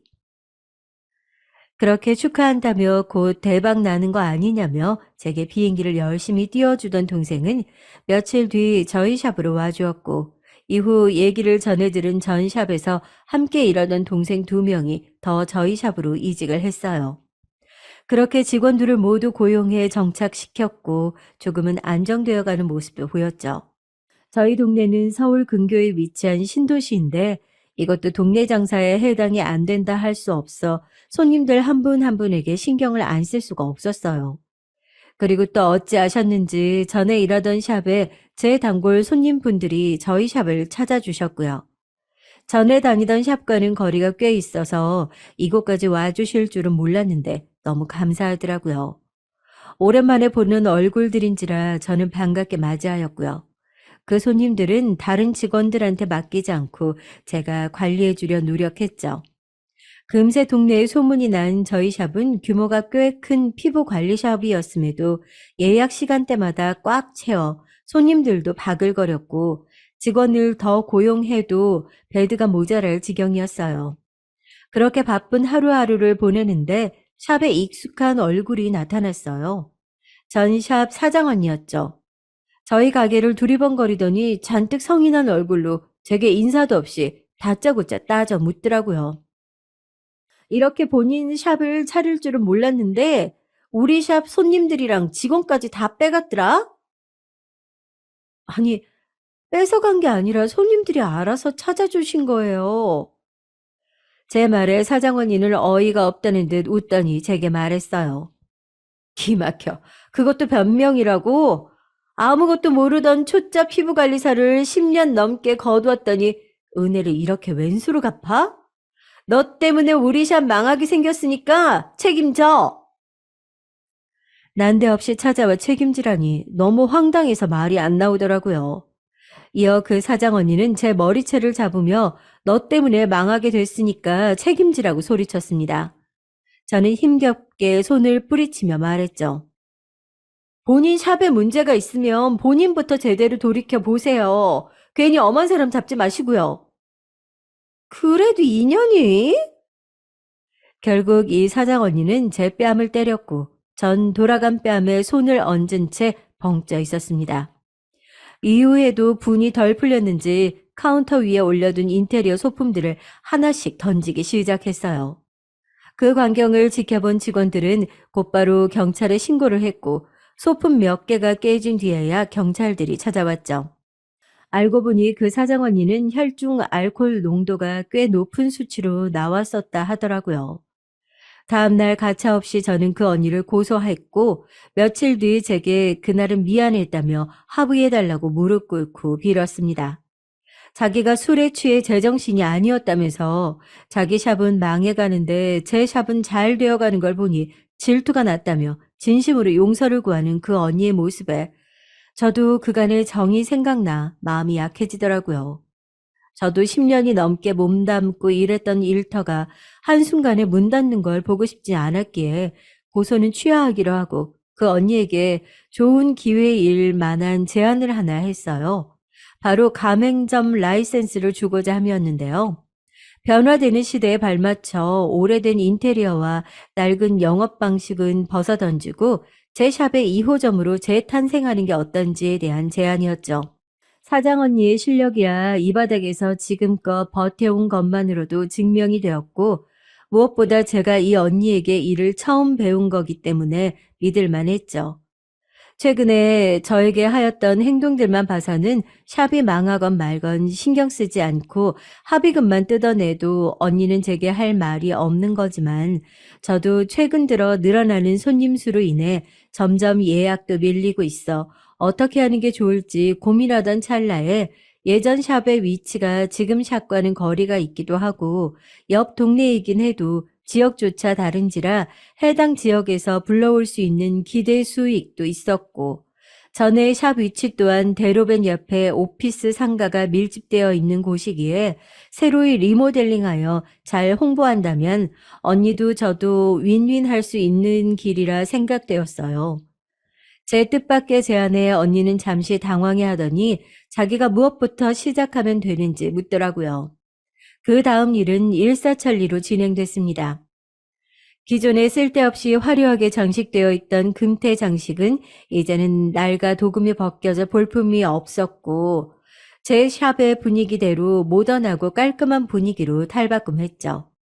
이제는 타 피부샵에서도 쓰지 않는 오래된 관리 기계들은 중고로 팔아넘기고 제 샵에 새로 들어온 기계들을 바꿔줬어요. 그 외에 여러 작업들을 거치다 보니 금세 새로운 샵처럼 바뀌었죠. 저희 샵 간판으로 교체까지 마치니 어엿한 2호점 같았어요. 직원들은 공고 및 홍보를 통해 금세 채워줬고 제가 직접 나서서 교육도 진행했고 2호점도 그렇게 점차 자리를 잡아 나갔고 어느덧 목표치 매출액을 뛰어넘게 됐습니다. 이후로도 항상 초심을 잃지 않고 손님 한 분 한 분 직접 관리하며 관리를 받는데 최고의 서비스를 받을 수 있도록 노력했고 그런 제 밑에서 애써주는 직원들이 있어서 저는 어느덧 연 매출 5억을 달성할 수 있게 됐답니다. 덕분에 하루하루 눈코 뜰 새 없이 바쁜 나날들이었죠. 딸아이 얼굴도 간간히 볼 정도였으니깐요. 딸은 어린이집에 다녀오면 종종 시어머니가 봐주셨어요. 저희 집은 친정집보다는 시댁에 더 가까웠거든요. 무엇보다 저희 시어머니는 제가 샵을 차린 것을 굉장히 좋아해 주시고 지지해 주셨어요. 그래서 누구보다 물심양면 도와주셨고 아이도 직접 나서서 봐주신다고 했죠. 그날도 어김없이 바쁜 하루를 보내고 집을 갔어요. 남편은 조금 늦는다고 했고 평소처럼 어머님이 계실 줄 알았는데 집에는 큰 형수와 시조카가 딸아이와 함께 있었어요. 어머, 형님, 여기 어떻게 오신 거예요? 어머님이 오늘은 컨디션이 많이 안 좋으시다고 하셔서 나보고 대신 서화 좀 봐달라고 하시면서 키 건네주셨어. 아, 그러셨구나. 감사합니다, 형님. 고맙긴 뭐. 우리 예준이도 서화 놀아주는 거 좋아하고 동서 바쁜 거 아는데 서로 돕고 살아야지. 제가 샵을 차린 이후로 두 형님들은 제게 꽤 우호적으로 바뀌셨어요. 말투부터 사근사근하게 바뀌었죠. 이후 형님은 제게 조심스럽게 물으셨어요. 그런데 동서, 내가 요즘 애들 돌본다고 피부가 많이 푸석해졌더라고.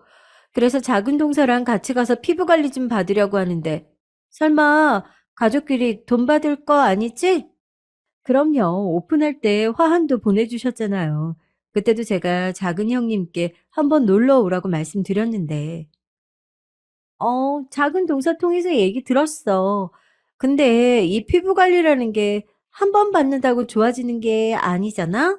그리고 요즘 동서 2호점 내고 바빠서 본점에 없는 시간도 많다고. 시간 내서 갔는데 동서가 없을지도 모르니까 쉽게 못 가겠더라고. 아, 그러신 거면 걱정하실 거 없으세요. 제가 직원들한테 말해 둘 테니까. 언제 같이 오셔서 피부 관리 받고 가세요. 이후 전 이 말을 한 것을 몇 번이고 후회를 하게 됐죠. 제가 말한 건 특별한 행사가 있을 때나 아주 가끔 간절기와 피부가 푸석해지고 건조해졌을 때 시간 내서 받아보라는 말이었는데 전달이 잘못되었더라고요. 그걸 얼마 지나지 않아 알 수 있었습니다. 다음날 시조카를 본다고 일을 아예 쉬며 주부로 있는 큰 형님은 샵을 오픈하자마자 저보다도 빨리 샵에 도착해 있었어요. 동서, 나 어제 와도 된다고 해서 아침부터 와봤어. 오후 되면 손님 많아질 거 아니야. 생각해서 일찍 왔는데 괜찮지? 아, 네. 오신 김에 잘 받고 가세요. 제가 직원들에게 말해 둘게요. 저는 이어 직원들에게 노크를 하고 유니폼으로 다 갈아입은 직원 한 명을 불렀어요. 알겠어, 동서. 바쁠 텐데 나 신경 쓰지 말고 일 봐. 이후 큰형님은 제 옆에 있던 직원을 부르며 원하는 코스를 손가락으로 가리키며 말하더라고요. 이 스페셜 코스로 부탁해. 나 여기 사장 가족이니까 신경 써서 부탁하고. 제 직원을 본인 직원 부리듯이 초면에 반말은 기본이고 큰형님이 가르친 코스는 얼굴부터 바디까지 풀코스로 진행되는 2시간짜리 관리 코스였어요. 직원은 제 눈치를 보며 큰형님을 탈의실로 안내해줬죠. 원장님, 진짜 저 사람 가족분 맞으세요? 사장님이랑 분위기도 너무 다른 게 다짜고짜 말을 놓으시는데 사장님 옆에 안 계셨으면 진짜 가족분 맞으시냐고 저도 모르게 따져 물을 뻔했어요. 미안해, 혜린 씨. 내 형님인데 원하는 대로 좀 부탁할게. 저는 직원에게 어깨를 두어 번 두드려준 뒤 세안실에서 화장을 지우고 있는 큰형님에게 말했어요. 형님, 그럼 잘 받고 가세요. 제가 다음 예약자 있어서 이따가 관리 중이라 인사 못할 것 같아서 미리 인사드려요.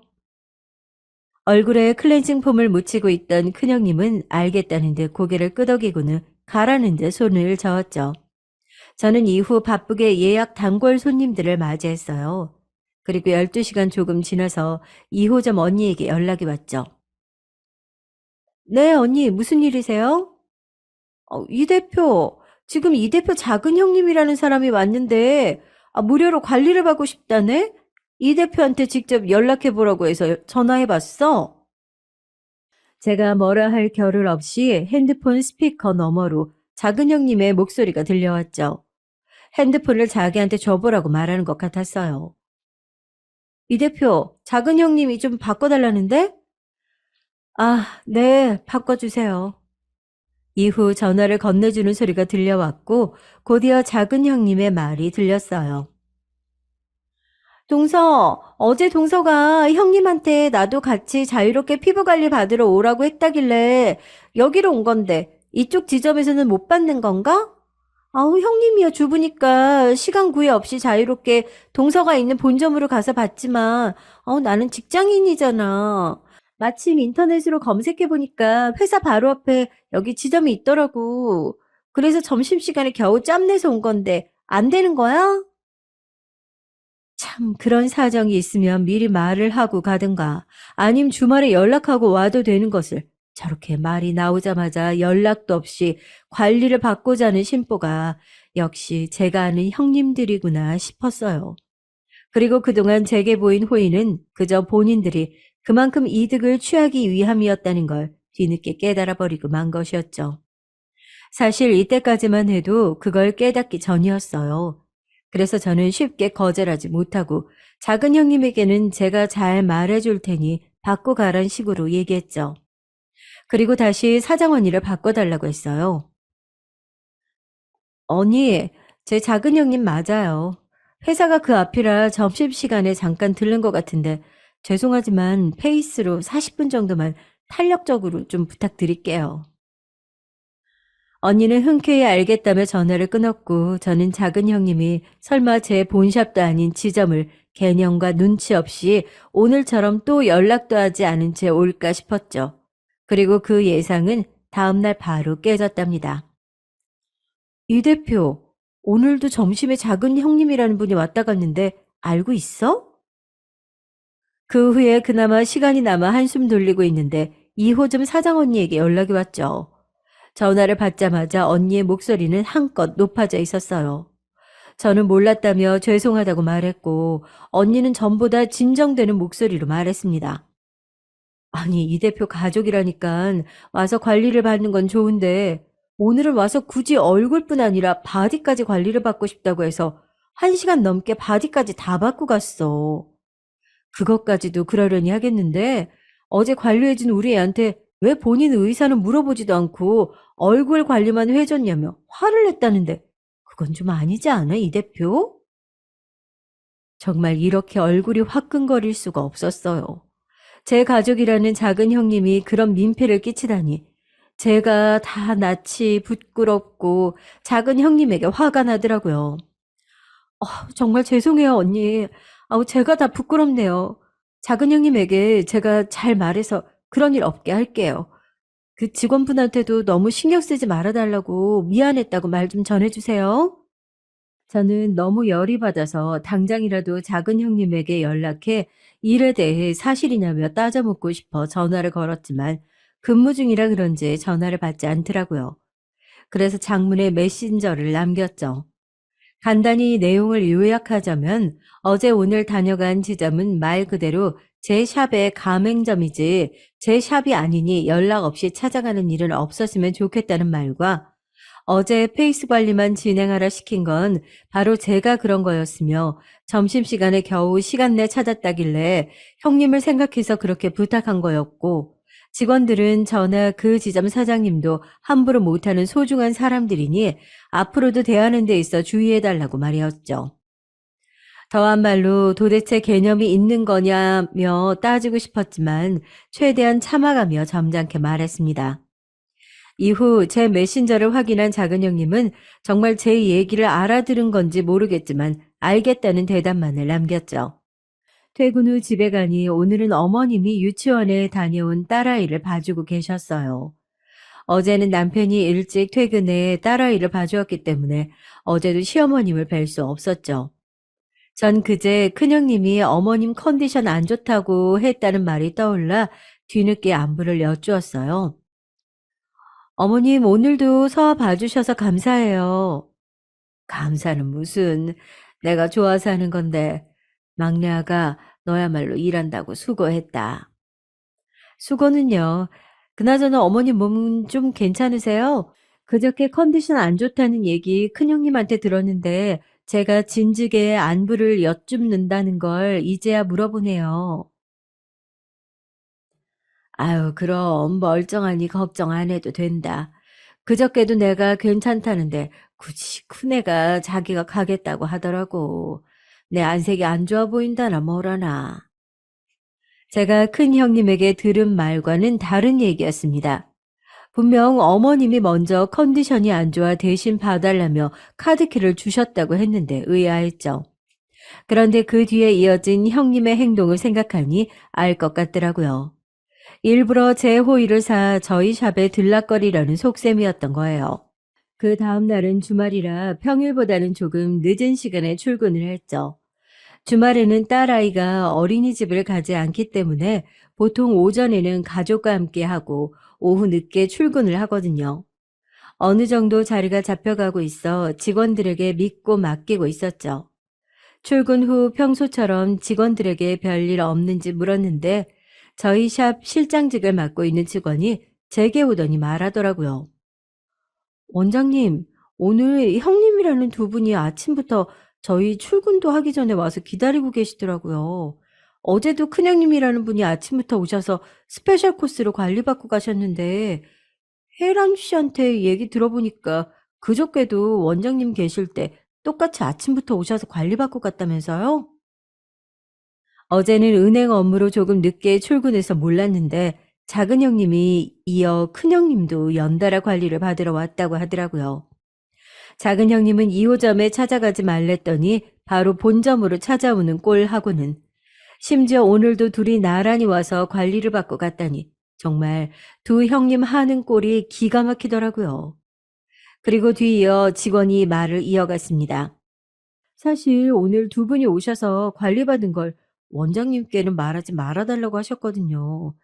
심지어 혜란 씨한테는 원장님한테 언제 쉬는지도 물어봤다고 하는데 아무래도 원장님께 말씀을 드려야 할 것 같아서요.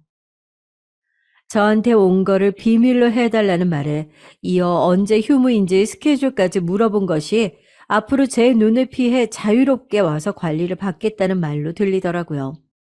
이대로는 안 되겠다 싶어 전 직원에게 말했죠. 잘했어요, 조 실장. 일단 어제랑 오늘 둘이 관리받은 내역 모두 사용료 비용 처리해 주고요. 혹시라도 나중에 영수증 끊을 수 있게 날짜랑 시간, 금액 모두 꼼꼼히 적어줘요. 앞으로도 오면 나한테 별도로 보고할 거 없이 영수증 처리하고 부탁 좀 할게요. 저는 그 둘이 어떻게 얼마나 염치가 없는지 내색하지 않고 지켜보려고 했죠. 그렇게 6개월가량 그 둘은 제 샵을 뻔질나게 들락거렸고 한 번은 본인들 친정엄마까지 모셔와서 관리를 받았습니다. 시간이 지날수록 제가 있건 없건 여의치 않더라고요. 그리고 선을 3개 넘는 사건이 발생했어요. 여느 주말이었죠. 평소처럼 오전에는 밀린 집안일과 육아를 하며 시간을 보내고 있었고요. 그런데 직원에게서 다급히 연락이 왔어요. 원장님, 지금 두 형님분들이 친구분들 데리고 단체로 와서 관리받길 원하시는데 어떻게 할까요? 일단 안내하지 말고 대기시키고 있어줘. 내가 바로 갈게. 전 전화를 끊자마자 딸아이를 남편한테 맡기고 상황 설명을 대략 해준 뒤에 샵으로 달려갔어요. 도착하니 대기석에 앉아있던 두 형님은 저를 보자 자리를 벌떡 일어나더니 제게 오더라고요. 전 바로 두 형님들에게 뒤에 형님들과 함께 있던 그 무리를 가리키며 물었죠. 형님들, 저분들은 누구신 거예요? 그러자 뭐라 말하려는 작은 형님을 큰 형님이 막아서며 말했어요. 나랑 작은 동서 동창 친구들인데 최근에 우리가 동창회를 했었거든. 거기서 나랑 작은 동서가 우리 막내 동서가 피부 관리 샵을 하는데 잘 나간다면서 자랑을 좀 했어. 그래서 다 같이 온 건데 우리 얼마나 대기해야 돼? 얘기를 듣는 내내 어이가 없더라고요. 이런 기본 개념이 없는 두 사람이 내 형님들이라니 참 부끄러웠습니다. 단체로 주말에 샵을 오려면 당연히 예약을 하고 와야 하는 게 기본 상식인데 평소에도 예약제인 저희 샵을 제 가족이라는 명분하에 한 번도 예약 없이 관리를 받아가더니 다짜고짜 자기 동창 친구들을 이끌고 와서 언제까지 대기하면 되다니 참 황당하기 그지없었죠. 형님, 저희 샵은 예약제예요. 지금까지 많아야 두세 명씩 오셔서 겨우 맞춰 관리해드리긴 했는데 지금 주말에 예약도 풀이라 이 인원 수용할 수가 있는 베드가 안 나와요. 전 최대한 차분히 두 형님들에게 설명을 해주었고 제 말을 듣던 작은 형님이 목소리를 키워 묻더라고요. 아이 그럼 다 같이 여기까지 왔는데 못 받는다는 거야? 네, 단체 예약은 미리 하시고 오셔야 돼요. 단호한 제 말에 작은 형님은 곧 저를 노려봤어요. 그리고 그 옆에서 상황 파악 중이었는지 열심히 눈을 굴리던 큰형님은 제 손을 잡으며 애원하더라고요. 아우, 동서, 내 체면 좀 살려줘. 겨우 시간 맞춰서 다 같이 온 건데, 이대로 가면 내 꼴이 얼마나 우습겠어, 응? 저는 한숨을 길게 내쉬며 잠시만 기다려달라 말하고는 직원에게 가 예약 현황을 확인했어요. 형님들이 데려온 인원은 형님을 포함해서 총 6명이었고 다행인지 저희 샵에는 6인 단체룸이 있었죠. 원래 예약되어 있는 분들은 2인실이나 1인실로 재배치해 주었고 3분 정도 양해를 구하고 2호점으로 넣어 주었죠. 다행히 2호점에 해당 시간대에 남은 자리가 있어서 문제없이 예약을 변경할 수 있었습니다. 그렇게 겨우 관리실에 같이 넣어주었더니 제가 바로 옆에 붙어있는 직원실에서 잠시 쉬고 있는지 전혀 몰랐는지 두 형님은 벽 너머로 제 뒷담화를 하더라고요. 저는 벽에 귀를 갖다 대며 그들의 대화를 집중했습니다. 하여간 할 수 있으면서 저렇게 재수없게 군다니까. 앙칼진 작은 형님의 목소리가 또 또렷이 들려왔고 뒤에 이어 큰 형님의 목소리도 들려왔어요. 전현이 재수없게 구는 게 하루 이틀이냐? 저급한 큰형님의 말에 어처구니가 없었어요. 아까 제 손을 잡고 애원하던 모습과는 전혀 다른 모습이었죠. 샵이 생각보다 꽤 크네. 아까 들어보니까 예약도 꽉 차 있던 것 같은데 장사가 잘 되나 봐. 그 뒤로 친구분으로 보이는 처음 듣는 여성분의 목소리가 들려왔어요. 남편 말 들어보니까 시댁에서 돈 꽤 보태줬었다는데 안 그럼 이런 큰 곳 계약이나 했겠어? 맞아. 고작 피부관리사가 이런 큰 샵을 차릴 돈이 어디서 났겠어? 곧바로 큰형님의 비아냥대는 소리가 들렸죠. 그리고 그 말을 맞장구 치는 작은 형님이 있었습니다. 사실 시댁에서 보태준 거면 우리도 이 샵의 지분이 어느 정도 있는 거지. 저는 아까 눈 부라리는 거 봤어? 어디 형님들 앞에서 눈을 똑바로 뜨고 말하는지. 아유, 예전 같았으면 머리채를 잡았을 거야. 큰형님의 말에 그들은 단체로 까르르거리며 웃어댔고 저는 큰형님이라 말하기도 우스운 그 여자의 어처구니 없는 무적의 논리에 속이 뒤집히는 것만 같은 느낌을 받았죠. 너 그러고 치고는 아까 손잡고 거의 울며 애원하던데? 뒤이어 웃기다는 듯 작은 형님이 말했죠. 아우, 그럼 어떻게 당장 내쫓기게 생겼는데. 건방지게 형님이 내가 애원이라 하게 만들고 아우 너무 싫어. 아까 잡은 손 생각하면 역겨워 죽겠어. 이중적인 큰형님의 모습에 다시 한번 소름이 돋더라고요. 원래 앞뒤 다른 사람이라는 걸 알고는 있었지만 이 정도일 줄은 몰랐는데 제겐 꽤나 큰 충격이었습니다. 그리고 뒤이어서 펼쳐진 상황에 경악을 금치 못했어요. 야, 너 관리 이딴 식으로밖에 못해? 아프잖아. 너 이름 뭐야? 내가 누군지 알아? 여기 사장님 형님이야. 너네 사장보다 윗사람이라고. 죄송합니다, 고객님. 근데 제가 아까 말씀드렸다시피 턱 쪽에 올라온 트러블로 지금 해드리는 거 기계 관리가 조금 따끔하실 수 있으세요. 그런데 어디 잘했다고 말대답이야? 기계 관리 받던 작은 형님이 따가웠는지 미리 조심하라 언지해준 직원에게 소리를 질렀고 곧 찰싹하는 소리가 룸을 크게 울려 퍼졌어요. 저는 그 소리에 이성의 끈이 끊기는 것만 같았죠. 더 이상은 안 되겠다 싶어 지금까지 모아둔 사용료 영수증을 뭉텅이채 들고 룸으로 들어갔습니다. 저를 본 두 형님은 놀랐는지 토끼 눈을 하고는 저를 쳐다보았고 저는 그간의 사용료 영수증을 면상에 집어 던졌어요. 6천만 원 입금하고 집에서 폐기나 해. 흩날리는 영수증에 손을 저어대던 두 사람은 미쳤냐며 제게 소리쳤어요. 이후로도 분이 풀리지 않았죠. 옆에 붉게 달아오는 뺨을 문지르던 직원은 전 샵에서부터 오랫동안 함께 일했던 친한 동생이었고 저는 똑같이 작은 형님에게 뺨을 날리고 싶었지만 똑같은 사람은 되기 싫어 화를 조금씩 사귀며 말했어요. 당신들 내가 다 듣고 있었어.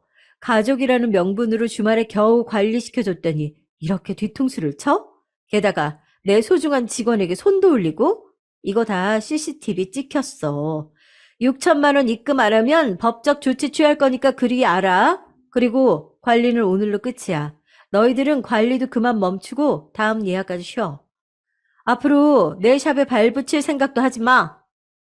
저는 직원들에게 관리 중인 걸 멈추고 쉬라고 했죠. 하나 둘 눈치 보던 직원들은 이내 룸을 빠져나갔고 두 사람들은 되려 제게 삿대질을 하며 소리쳤어요.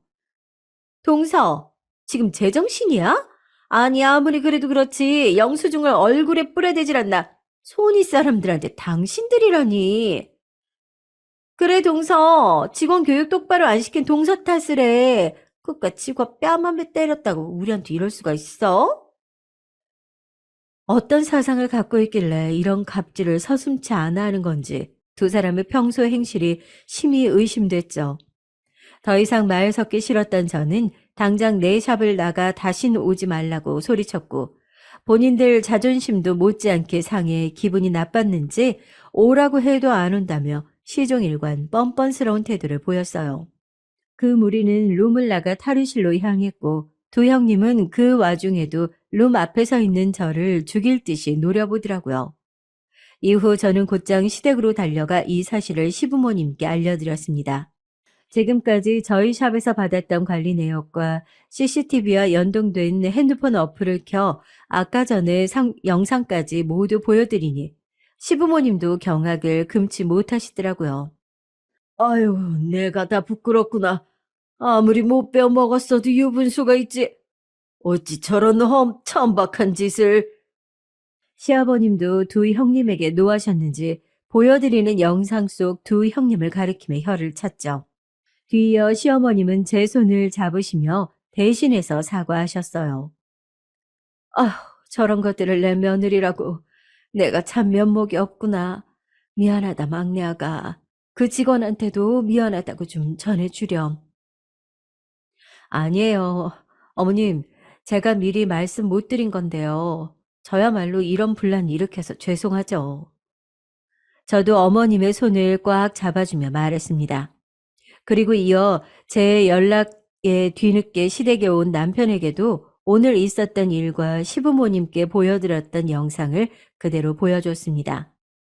지금까지 두 형님들이 제 샵을 본인들 샵 마냥 들락거리며 관리를 받고 있다는 걸 알고 있었던 남편은 형들에게 따져 묻겠다는 것도 제가 겨우 제지시켰던 거였는데 오늘 일은 남편에게도 큰 충격이었는지 영상을 보고 당장 형들에게 연락하겠다는 걸 잠시만 기다려달라고 말했죠. 저는 그래도 형님이고 가족이니 사용료 입금하고 저와 제 직원에게 제대로 사과하면 용서는 해줄 의향은 있는데 만약 그러지 않는다면 변호사를 통해 바로 법적 조치에 들어갈 거라며 선언했고 남편과 시부모님 모두 제 뜻에 따르겠다고 했어요. 이후 작은 방에 들어간 남편은 두 형들에게 전화를 하며 뭐라고 말한 것 같았고 이번만큼은 저도 남편을 말리지 않았죠.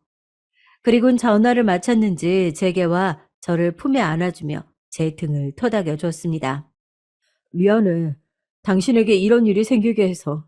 아까 작은 형수에게 뺨 맞았던 사람, 당신이 전에 말했던 그 현주라는 동생 맞지? 맞아. 내가 나서서라도 꼭 현주 씨 피해 보상 받을 수 있게 도와줄게. 그동안 두 형수 때문에 당신 마음 고생 많았지? 이제 다 괜찮을 거야. 앞으로 당신 고생시키는 일 없게 할게. 남편의 진심 어린 그 말에 마음이 한껏 놓이더라고요. 저는 고맙다며 오늘따라 더 든든해 보이는 남편의 품을 한 번 더 꽉 안아봤습니다. 그렇게 한 달가량 시간이 지났어요. 이후로 두 형님은 돈을 보내지도 사과를 하지도 않은 채 아무런 연락도 하지 않았죠. 전 그게 오히려 더 괘씸하더라고요. 그래서 참다 못한 제가 먼저 6천만 원 입금하시고 당장 저희 직원에게 사과하세요. 그러지 않으면 변호사 통해 법적 조치 들어가겠습니다라는 짧은 경고의 문자를 보냈어요. 그랬더니 그제서야 큰형님에게 전화가 오더라고요. 저는 사과라도 하려는 건가 싶어 냉큼 전화를 받았죠. 동서, 언제는 가족끼리 돈 안 받는다며? 왜 이제 와서 돈 보내라 마라 협박이야? 아, 진짜 너무한 거 아니야? 제가 너무하다고요? 형님이야말로 정말 너무하시네요. 제가 돈 안 받는다고 했다고 6개월 동안 매일 와서 관리를 받으신 거예요? 그것도 친정 엄마나 지인들 다 대동해서요? 그건 아니죠, 형님. 특별한 날이나 간절기라 피부가 뒤집어질 때 가끔씩 받으라는 얘기였지. 그걸 누가 그렇게 알아들어요? 어쨌건 저도 제가 한 말도 있고 해서 아무 말 없이 참고 넘어갔잖아요. 그런데 그렇게 제 직원들이 관리를 해주는 그 공간에서 제 뒷담화를 아무렇지 않게 하시고 제 직원들을 무슨 종부리듯 부리신 건 형님들이라고요. 제가 그 돈 받고자 이러는 거 아니에요. 그간 형님들의 행동들이 너무 괘씸해서 그냥 넘어갈 수가 없어요. 긴 말 안 하겠습니다. 이번 주까지 사용료 입금하시고 제대로 사과하세요. 제 말을 듣던 큰형님은 전혀 반성의 기미는커녕 콧방귀를 끼며 마음대로 하라는 식의 태도를 보였고 저는 그 길로 바로 변호사를 만나 내용 증명을 보냈습니다. 죄목은 많았죠. 손해배상의 업무 방해, 직원에게 한 폭언과 폭행까지 CCTV 증거 자료까지 있어 변호사는 고소하는데 전혀 문제가 없다고 했습니다. 그리고 내용 증명을 받은 두 형님은 그제야 제게 사과를 하더라고요. 그것도 전혀 성의라고는 찾아볼 수 없는 전화로 말이에요. 동서, 내가 정말 미안해. 근데 내가 이런 큰돈이 어디 있겠어. 예준이 학원비도 빠듯한데 좀 봐주면 안 될까? 이 와중에도 그저 봐달라고만 하다니 도대체 진정성이라곤 찾아볼 수 없는 그 사과에 저는 더 이상 들을 가치가 없어서 전화를 확 끊어버렸죠. 작은 형님의 사과 전화도 비슷한 맥락이라 전 그 사과를 받지 않았어요. 그리고 다음날 두 아주버님과 형님이 다 같이 제 샵으로 오더니 무릎을 꿇고 빌더라고요. 재수 씨, 우리 와이프 왜 이렇게 철이 없어. 지금까지 그렇게 비싼 관리를 받아왔으면서 뻔뻔하게 뒤에서 재수 씨 험담이나 하고 내가 옆에서 제지를 시켰어야 됐는데 미안해요, 재수 씨. 당신 어서 재수 씨한테 사과 못해? 작은 아주버님이 먼저 입을 열어 제게 사과하더니 곧 옆에 있던 작은 형님께 소리쳤죠. 미안해, 동서. 내가 이렇게 빌게. 우리 좀만 봐주면 안 될까? 작은 형님도 이어 사과하고 두 손을 모아 비는 신용을 하더니 한 번만 봐달라며 애원하더라고요. 그리고 큰형님도 제 손을 잡으며 말했어요. 그래, 막내 동서한테 우리가 너무 염치가 없었어. 나 정말 반성하고 있어. 그러니까 그 사용료 조금만 할인해주면 안 될까? 이어 큰 아주버님도 몸을 일으키더니 90도로 고개를 숙이며 제게 부탁했어요. 내가 앞으로 와이프 단속 잘할게요. 사용료를 조금만 깎아주면 내가 바로 입금해 드릴게. 이렇게 부탁해요. 저는 남편과 상의해 보겠다고 말한 뒤 그들을 일으켰고 작은 형님은 그때 뺨 때린 제 직원에게 다시 한번 무릎을 꿇고 사과했어요. 그들의 사과와 행동들이 모두 진짜라 믿기진 않았죠. 또 언제고 두 형님은 뒤에서 제 험담을 하겠죠. 하지만 제게는 저를 진심으로 아껴주는 시부모님과 든든한 제 조력자 남편이 있어 더 이상의 분란을 일으키기 싫었어요. 하여 사용료를 10% 감면해 주기로 합의를 받고 이후 두 형님은 제 앞에서 찍소리도 못하게 됐습니다. 그리고 받은 합의금은 두 형님들 때문에 애써주었던 저희 직원들에게 일부 나누어 보너스로 지급했고 작은 형님에게 뺨 맞아 고생했을 동생 현주에게 조금 더 보태 보너스로 챙겨줬죠. 이후 제 샵은 다시 평화를 찾을 수 있었습니다. 어느 분들은 제 얘기를 듣고 사이다라며 좋아하실 수도 있고 반대로 답답해 하실 수도 있을 것 같아요. 하지만 저는 제가 행한 처사를 후회하지 않아요. 미운 두 형님도 가족이라면 가족인데 법정에서 싸우고 시간 할애하며 힘쓰고 싶지 않았거든요. 현재 제 가정은 너무나 화목하고 저는 그걸로 만족합니다. 무엇보다 제 소중한 사람들이 곁에 있어 하루하루 행복한 나날들을 보내고 있고요. 제 사연 읽어주시는 분들 모두 가족 간의 평화와 행복이 가득하시길 바랄게요. 지금까지 제 긴 얘기 들어주셔서 감사합니다.